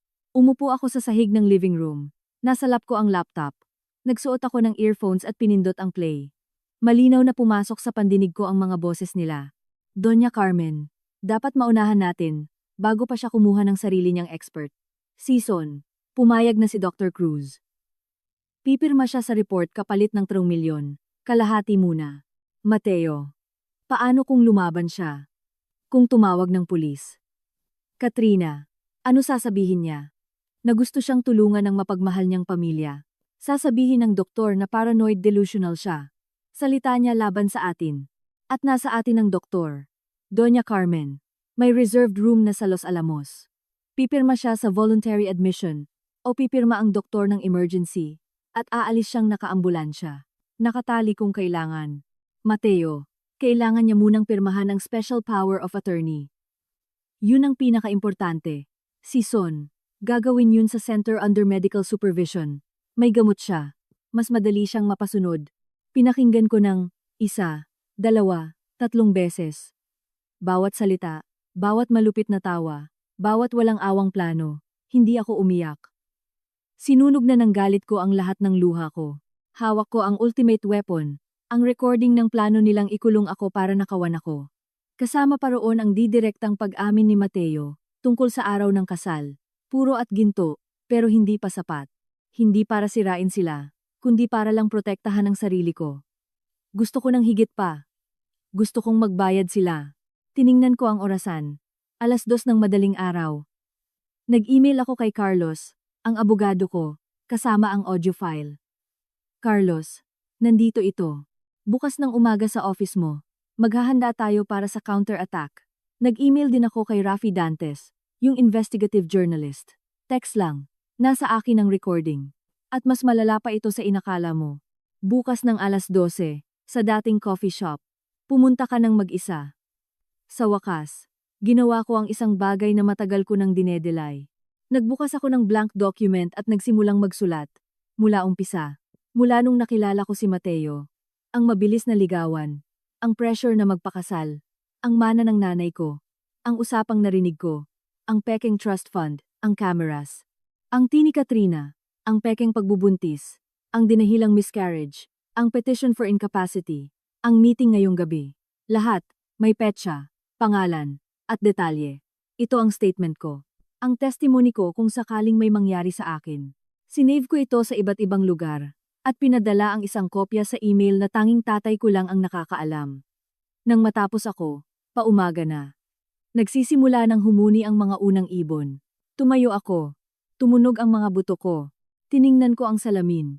Lubog ang mga mata. Maputla ang balat. Pero ang babaeng nakatingin sa akin ay wala ng takot. May plano siya. At may ebidensya siya. Tumunog ang cellphone. Si Mateo. Siguro nakabalik na siya sa ulirat niya. Hinayaan kong tumunog. 1, 2, 3. Sa pang-4, sinagot ko. Walang imik. Naya. Paos ang boses niya. Lasing. Naya.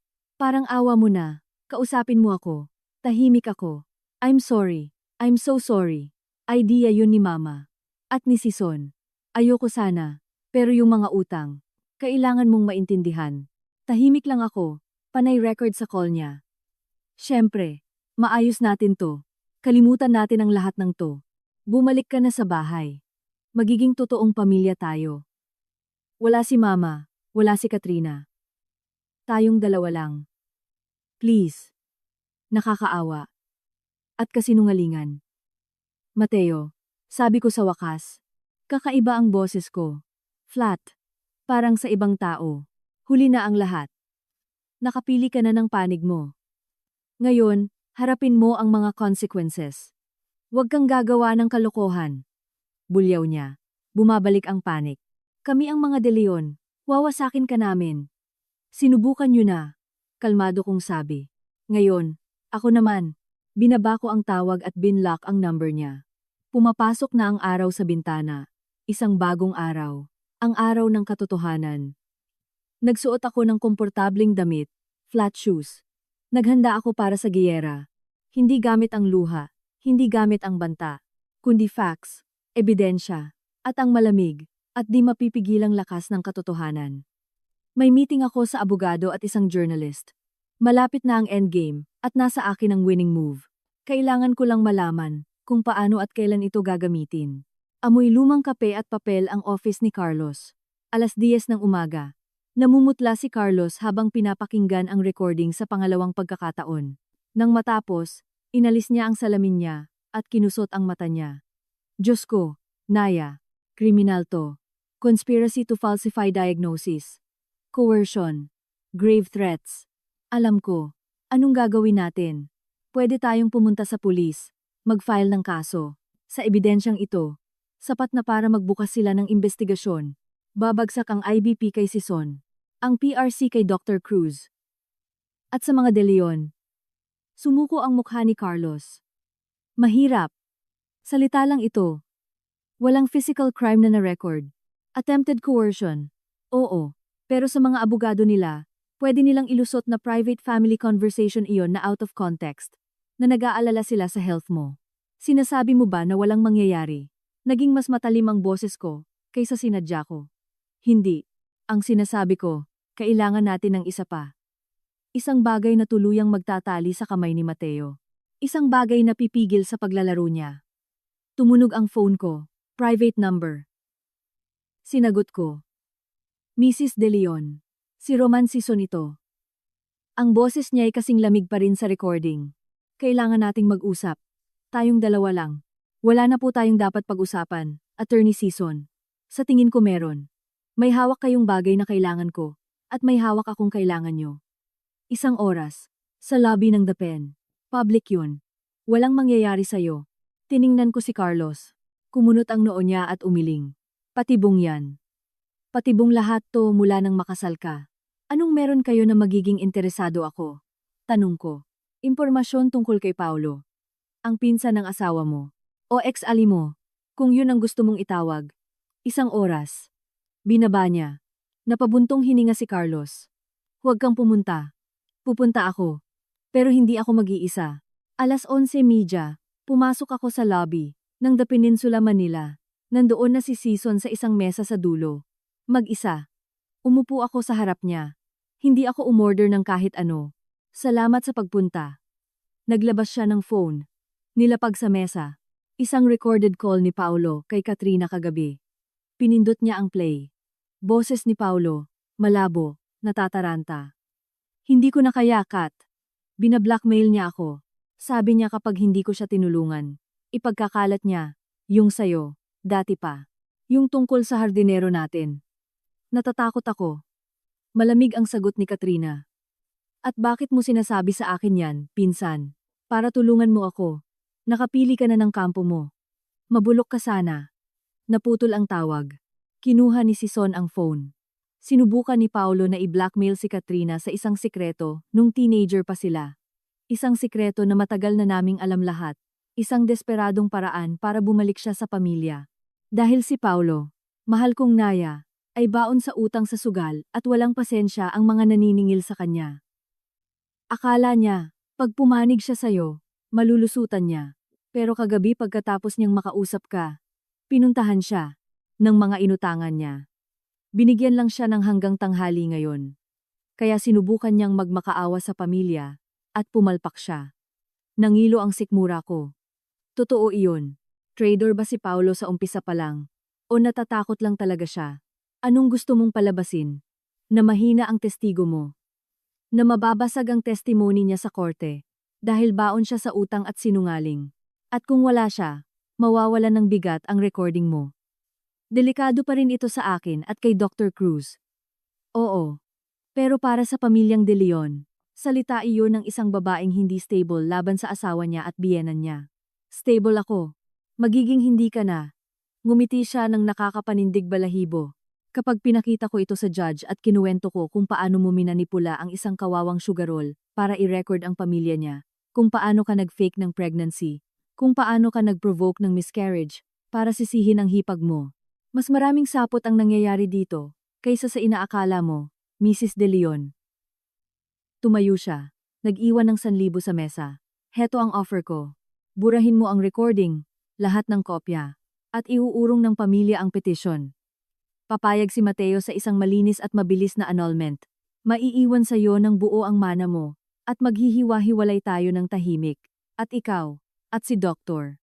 Cruz, anong mapapala nyo? Makakaiwas kami sa professional scandal, at ang pamilya sa pampublikong kahihiyan. Pag-isipan mo. Hanggang 3:00 ng hapon ka lang. Tumalikod siya at umalis. 12:00 ang sunod na meeting ko kay Rafi Dantes. Isang journalist. Pandak, matalino at mabilis ang mga mata. Sa isang maingay na cafe, malapit sa opisina nila. Nasa'yo na ba?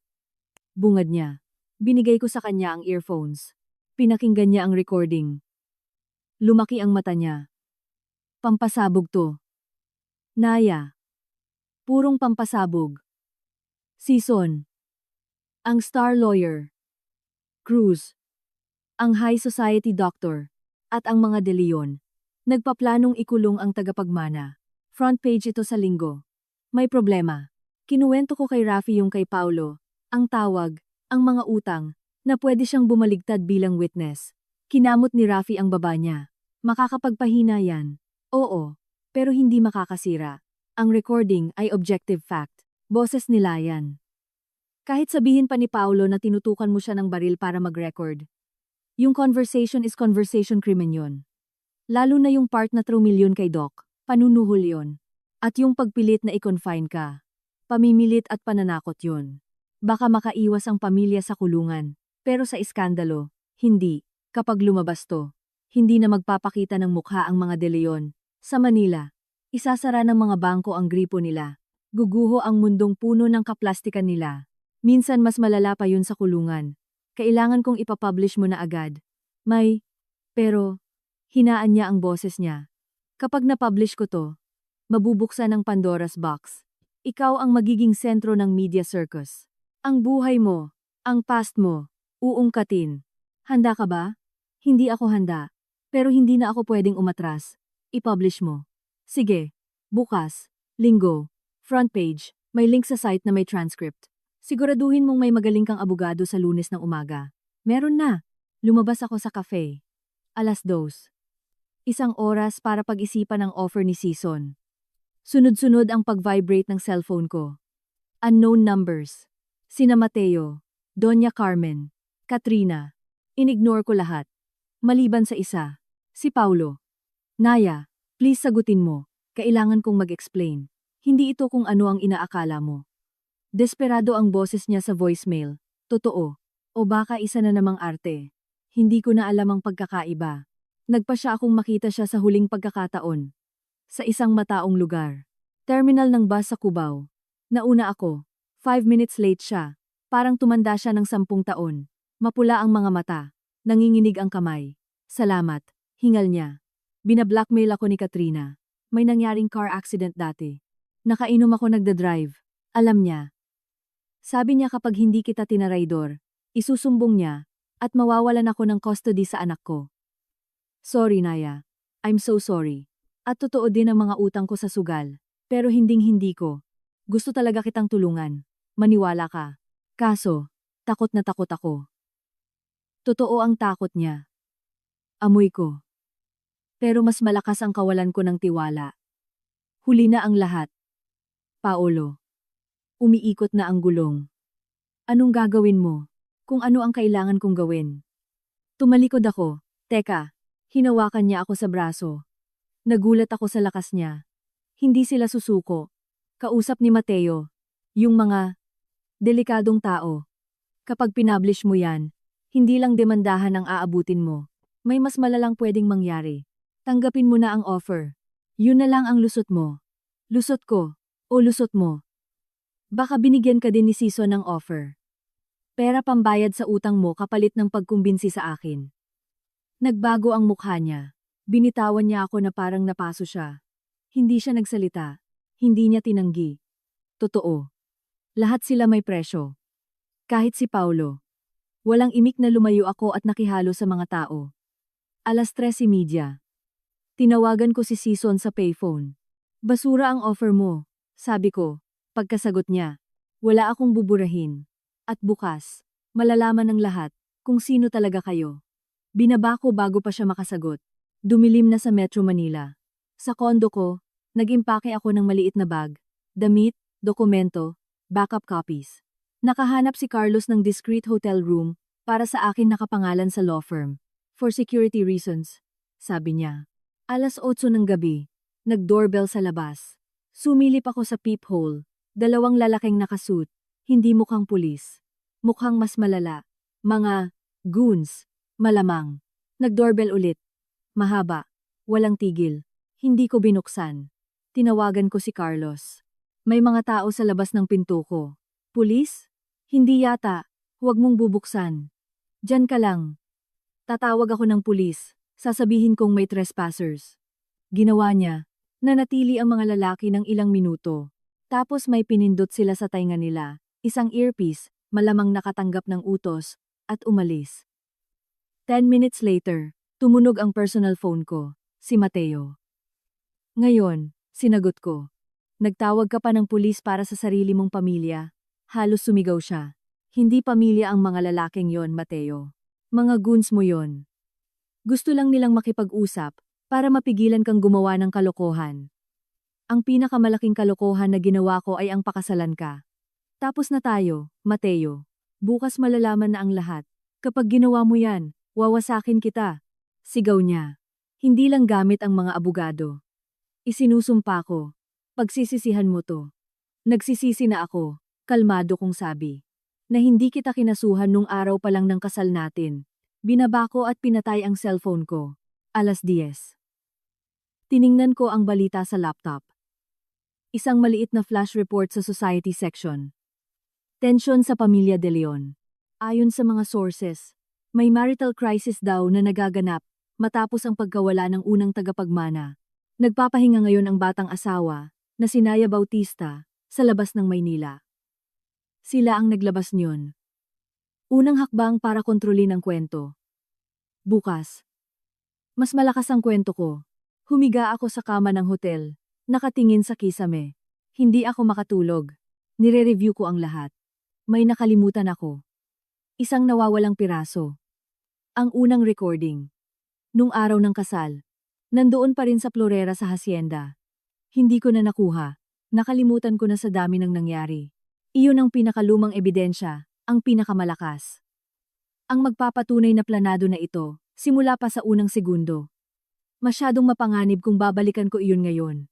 Sapat na naman siguro ang recording ng conspiracy. Oo. Pero mas malakas ang isa. Pinapakita niyon ang pinagmulan. Ang kasinungalingan ng kasal. 1:00 ng madaling araw, gumawa ako ng isang tanga o matapang na desisyon. Kinuha ko ang bag ko. Dumaan ako sa fire exit. at lumabas sa likod. Nag-drive ako papuntang Batangas, papunta sa hasyenda ng mga De Leon. Madilim ang bahay, kaunting ilaw lang sa labas. Alam ko ang alarm code. 1904. Ang taon na tinayo ang negosyo ng pamilya. Tinip ko. Namatay ang alarm.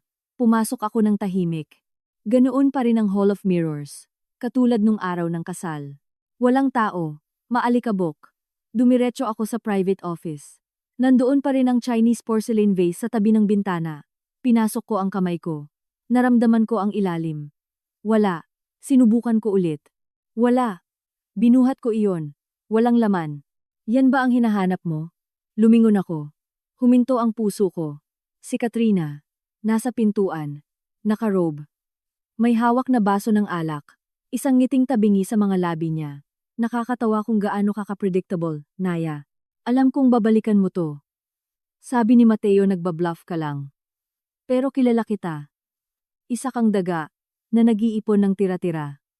Nasaan? Nasa safe na lugar. Kasama ng iba naming insurance. Gaya nung medical report ni Dr. Cruz tungkol sa mental instability mo. O ang statement ng dalawang kasambahay, nung kasal, na magpapatunay na umiiyak ka mag-isa ng hysterical. O ang credit card history mo, na may binili kang mga matatapang na gamot. Uminom siya, kita mo. May mga ebidensya rin kami. Marami. Ang salita mo laban sa salita namin. At mas marami kami. Wala sa inyo ang katotohanan. Ang katotohanan ay kung ano ang paniniwalaan ng mga tao.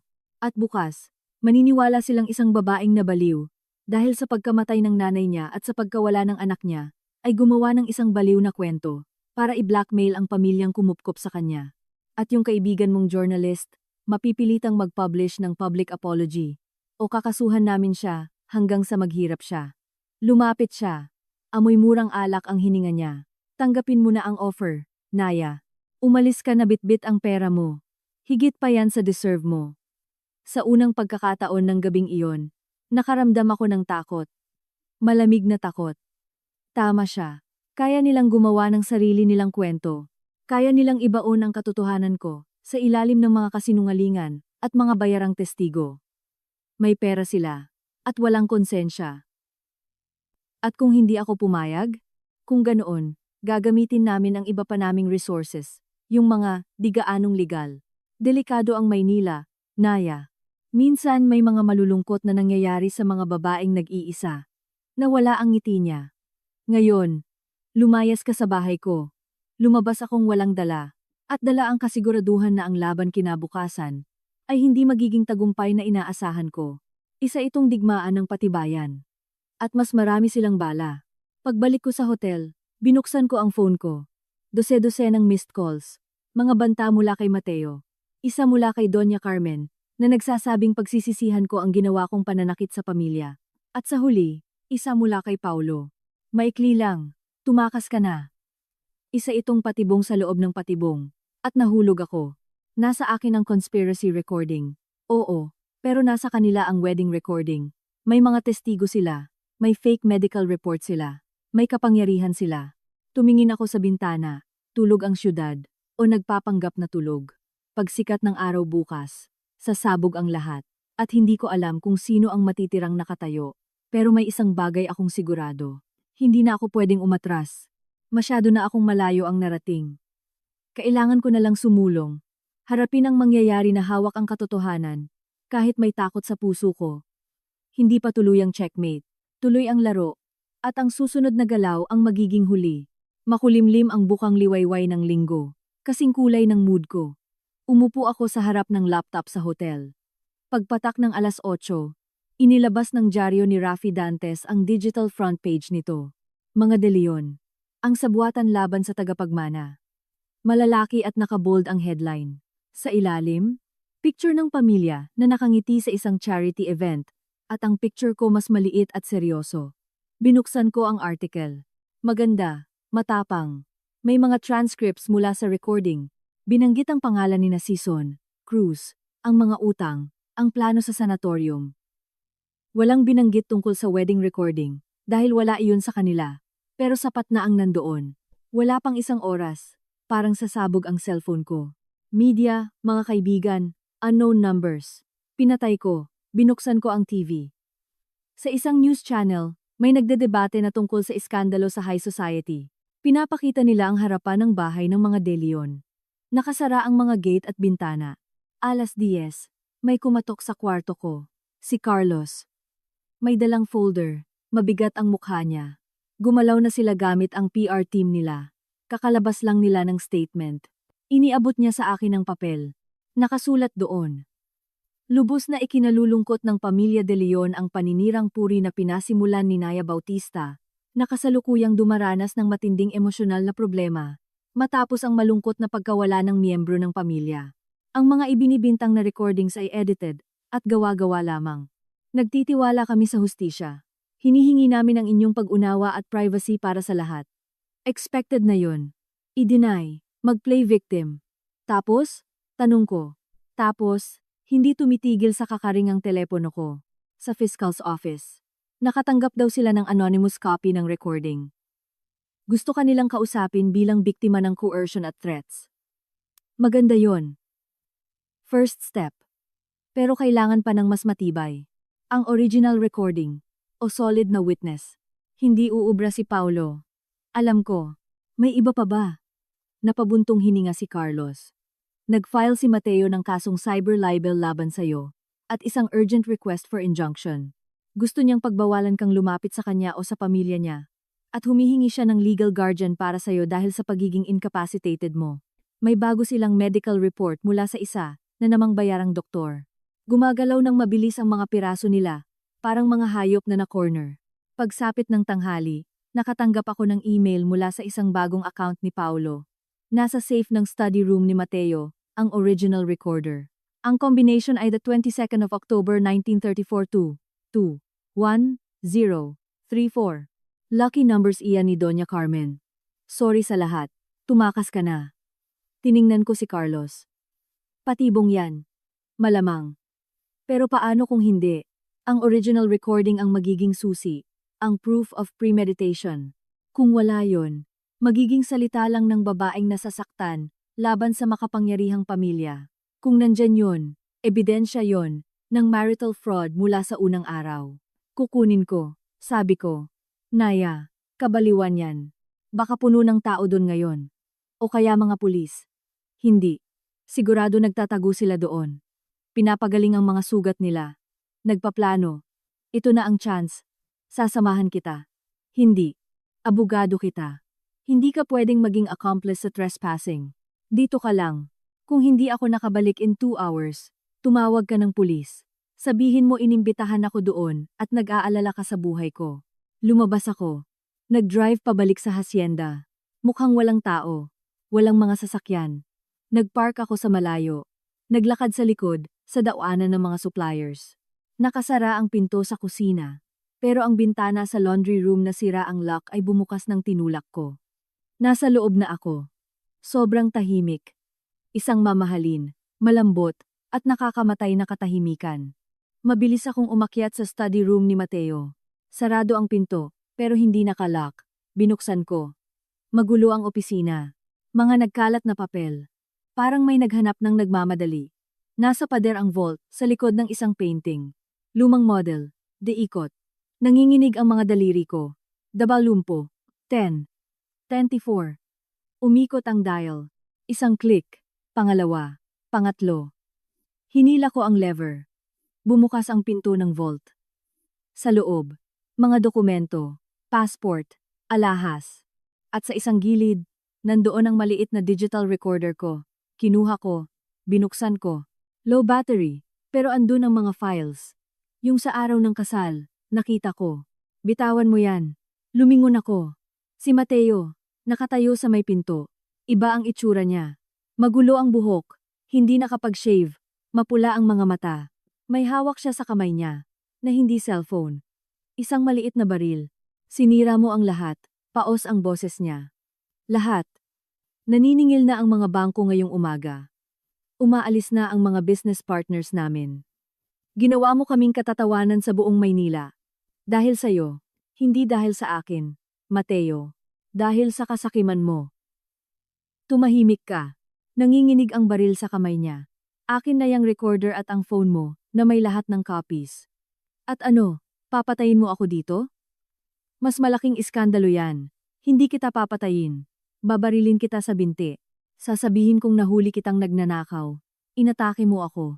Napumutok ang baril nung nag-aagawan tayo. Baliw ka. Naya.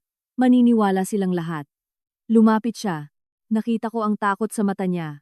At ang determinasyon. Nasa dulo na siya ng bangin. Kaya niyang gawin ang kahit ano. Binigay sa akin ni Paulo ang combination. Dahan-dahan kong sabi para patagalin. Bakit mo tingin ginawa niya yon? Dahil isa siyang traitor. Parang ikaw. O baka dahil alam niya, natapos na to. At gusto niyang nasa panig siya ng mananalo. Hindi ka mananalo dahil sa akin. Humakbang pa siya. Nakatutok na sa dibdib ko ang baril. Akin na. Biglang may tumunog na cellphone. Hindi akin. Kanya. Malakas sa kalagitnaan ng katahimikan. Napakurap siya. Na-distract. Napakabilis ng pangyayari. Yumuko ako at binato ko ang recorder, ng buong lakas sa mukha niya. Tumama sa ilong niya. Napasigaw siya sa sakit at gulat. Lumihis ang baril. Tumalon ako palayo. Dumampot ng mabigat na glass paperweight mula sa desk at binato sa kanya. Tumama sa balikat niya. Sumigaw siya sa galit. Itututok niya sana ulit ang baril. Pero tumatakbo na ako. Tumatakbo ako sa hallway. Rinig ko ang mabibigat niyang yapak sa likuran ko. Tumigil ka! Bumaba ako ng hagdan, dalawa-dalawang baitang.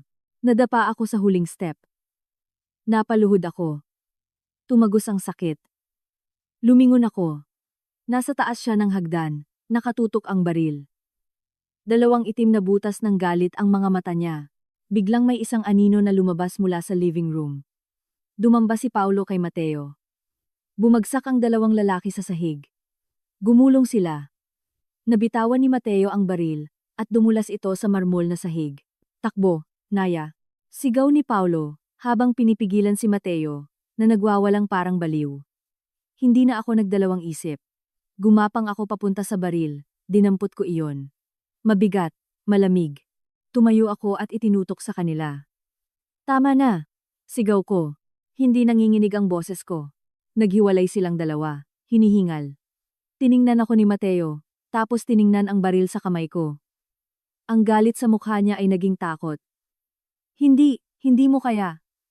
Hindi ko alam, Mateo. Pinagbantaan mo ako. Binalak niyo akong ikulong. Ninakawan niyo ako. Ano ba ang hindi kayang gawin ng isang baliw na babae? Dahan-dahang tumayo si Paulo. Naya, huwag. Hindi worth it. Akin na ang baril. Tumawag ka ng pulis, Paulo. Ngayon na. Tumango siya. Nilabas ang cellphone niya. Tinawagan ang 911. Bumagsak si Mateo. Literal na bumagsak sa hagdan. Hawak ang ulo. Wala na. Tapos na ang lahat, bulong niya. Lahat. Dumating ang pulis pagkalipas ng 10 minuto. Bago pa sila dumating, binitawan ko na ang baril sa sahig. Kasunod na dumating si Carlos, kasing putla ng pader. Nagbigay kami ng statement. Pinakita ko ang recorder. Pinapakinggan ko ang isang fragment. Yung nung kasal. Malinaw ang boses ni Mateo. Hintayin mong makuha ko ang pera. Tapos ipapawalang bisa ko ang kasal. Iyon ang huling pako sa kabaong niya. Ang mga sumunod na araw ay parang ipo-ipo. Nagbukas ng investigasyon ang Fiscal's Office laban kina Mateo, Doña Carmen, Katrina, Attorney Sison, at Dr. Cruz para sa coercion, grave threats, falsification of documents, at fraud. Ang recording sa kasal ang naging matibay na ebidensya para sa fraudulent intent of marriage. Nag-file si Carlos ng kasong Declaration of Nullity of Marriage. Dahil sa pandaraya. Hindi ito basta annulment. Ito ay para patunayang hindi nangyari ang kasal mula umpisa. Dahil sa kawalan ng tunay na intensyon, at dahil sa panlilinlang. Naging malinaw ito sa judge. Pagkalipas ng 1 buwan, naging official ito. Si Naya Bautista ay bumalik sa pagiging Naya Bautista lang. Hindi na De Leon. Nagkawatak-watak ang pamilya. Nagkaroon ng nervous breakdown, si Doña Carmen at inilipat sa isang pasilidad sa ibang bansa. Si Katrina, ayon sa chismis, ay nakikipag-deal sa mga autoridad para idiin ang kapatid niya kapalit ng immunity. Si Mateo, na kinasuhan ng iba't ibang krimen, ay nakabail, pero basag na basag ang pangalan. Bagsak ang mga negosyo, Foreclosed ang mansyon. Tumestigo si Paulo pabor sa akin. Sinabi niya lahat ng alam niya. Kapalit noon, hindi siya kinasuhan para sa attempted blackmail. Umalis siya ng Maynila kasama ang anak niya. Nagpadala ako sa kanya ng pera, gaya ng pinangako ko, para makapagsimula ulit. Ako? Naiwan ako sa kondo ko, hawak ang pangalan ko, at ang mana ko na buong buo. Isang araw, nakatanggap ako ng handwritten letter mula kay Mateo. Nakasulat lang doon, patawarin mo ako. Pinunit ko iyon nang hindi tinatapos basahin. 6 na buwan ang nakalipas, nasa airport ako, may one-way ticket pa New York, isang bagong lugar, kung saan walang nakakakilala sa akin, at sa kwento ko, imamanage ni Carlos ang yaman ko mula sa Pilipinas. Nabenta na ang hasyenda, na muntik sumira sa buhay ko. Bago ako sumakay, bumili ako ng kape. Sa TV sa cafe, may maikling balita. Pagdinig sa kaso laban sa pamilya De Leon, muling ipinagpaliban. Nagdahilan ang mga akusado ng problema sa kalusugan. Nakita ko sina Mateo at Doña Carmen, na lumalabas ng korte, nakayuko ang mga ulo, pinagkakaguluhan ng mga reporters. Wala na akong naramdaman. Ni galit o awa, wala. Pinatay ko ang TV sa isip ko. Kinuha ko ang bag ko, at naglakad papunta sa boarding gate na hindi na lumilingon pabalik. Tapos na ang laro. At labag sa inaasahan nilang lahat, ako ang nanalo. Hindi dahil sa mas mayaman o mas matalino ako, kundi dahil tumanggi akong maging isang pirasong basta na lang ginagalaw ng iba. Ngayon, akin na ang buong chessboard, at ako ang magdedesisyon ng susunod kong galaw.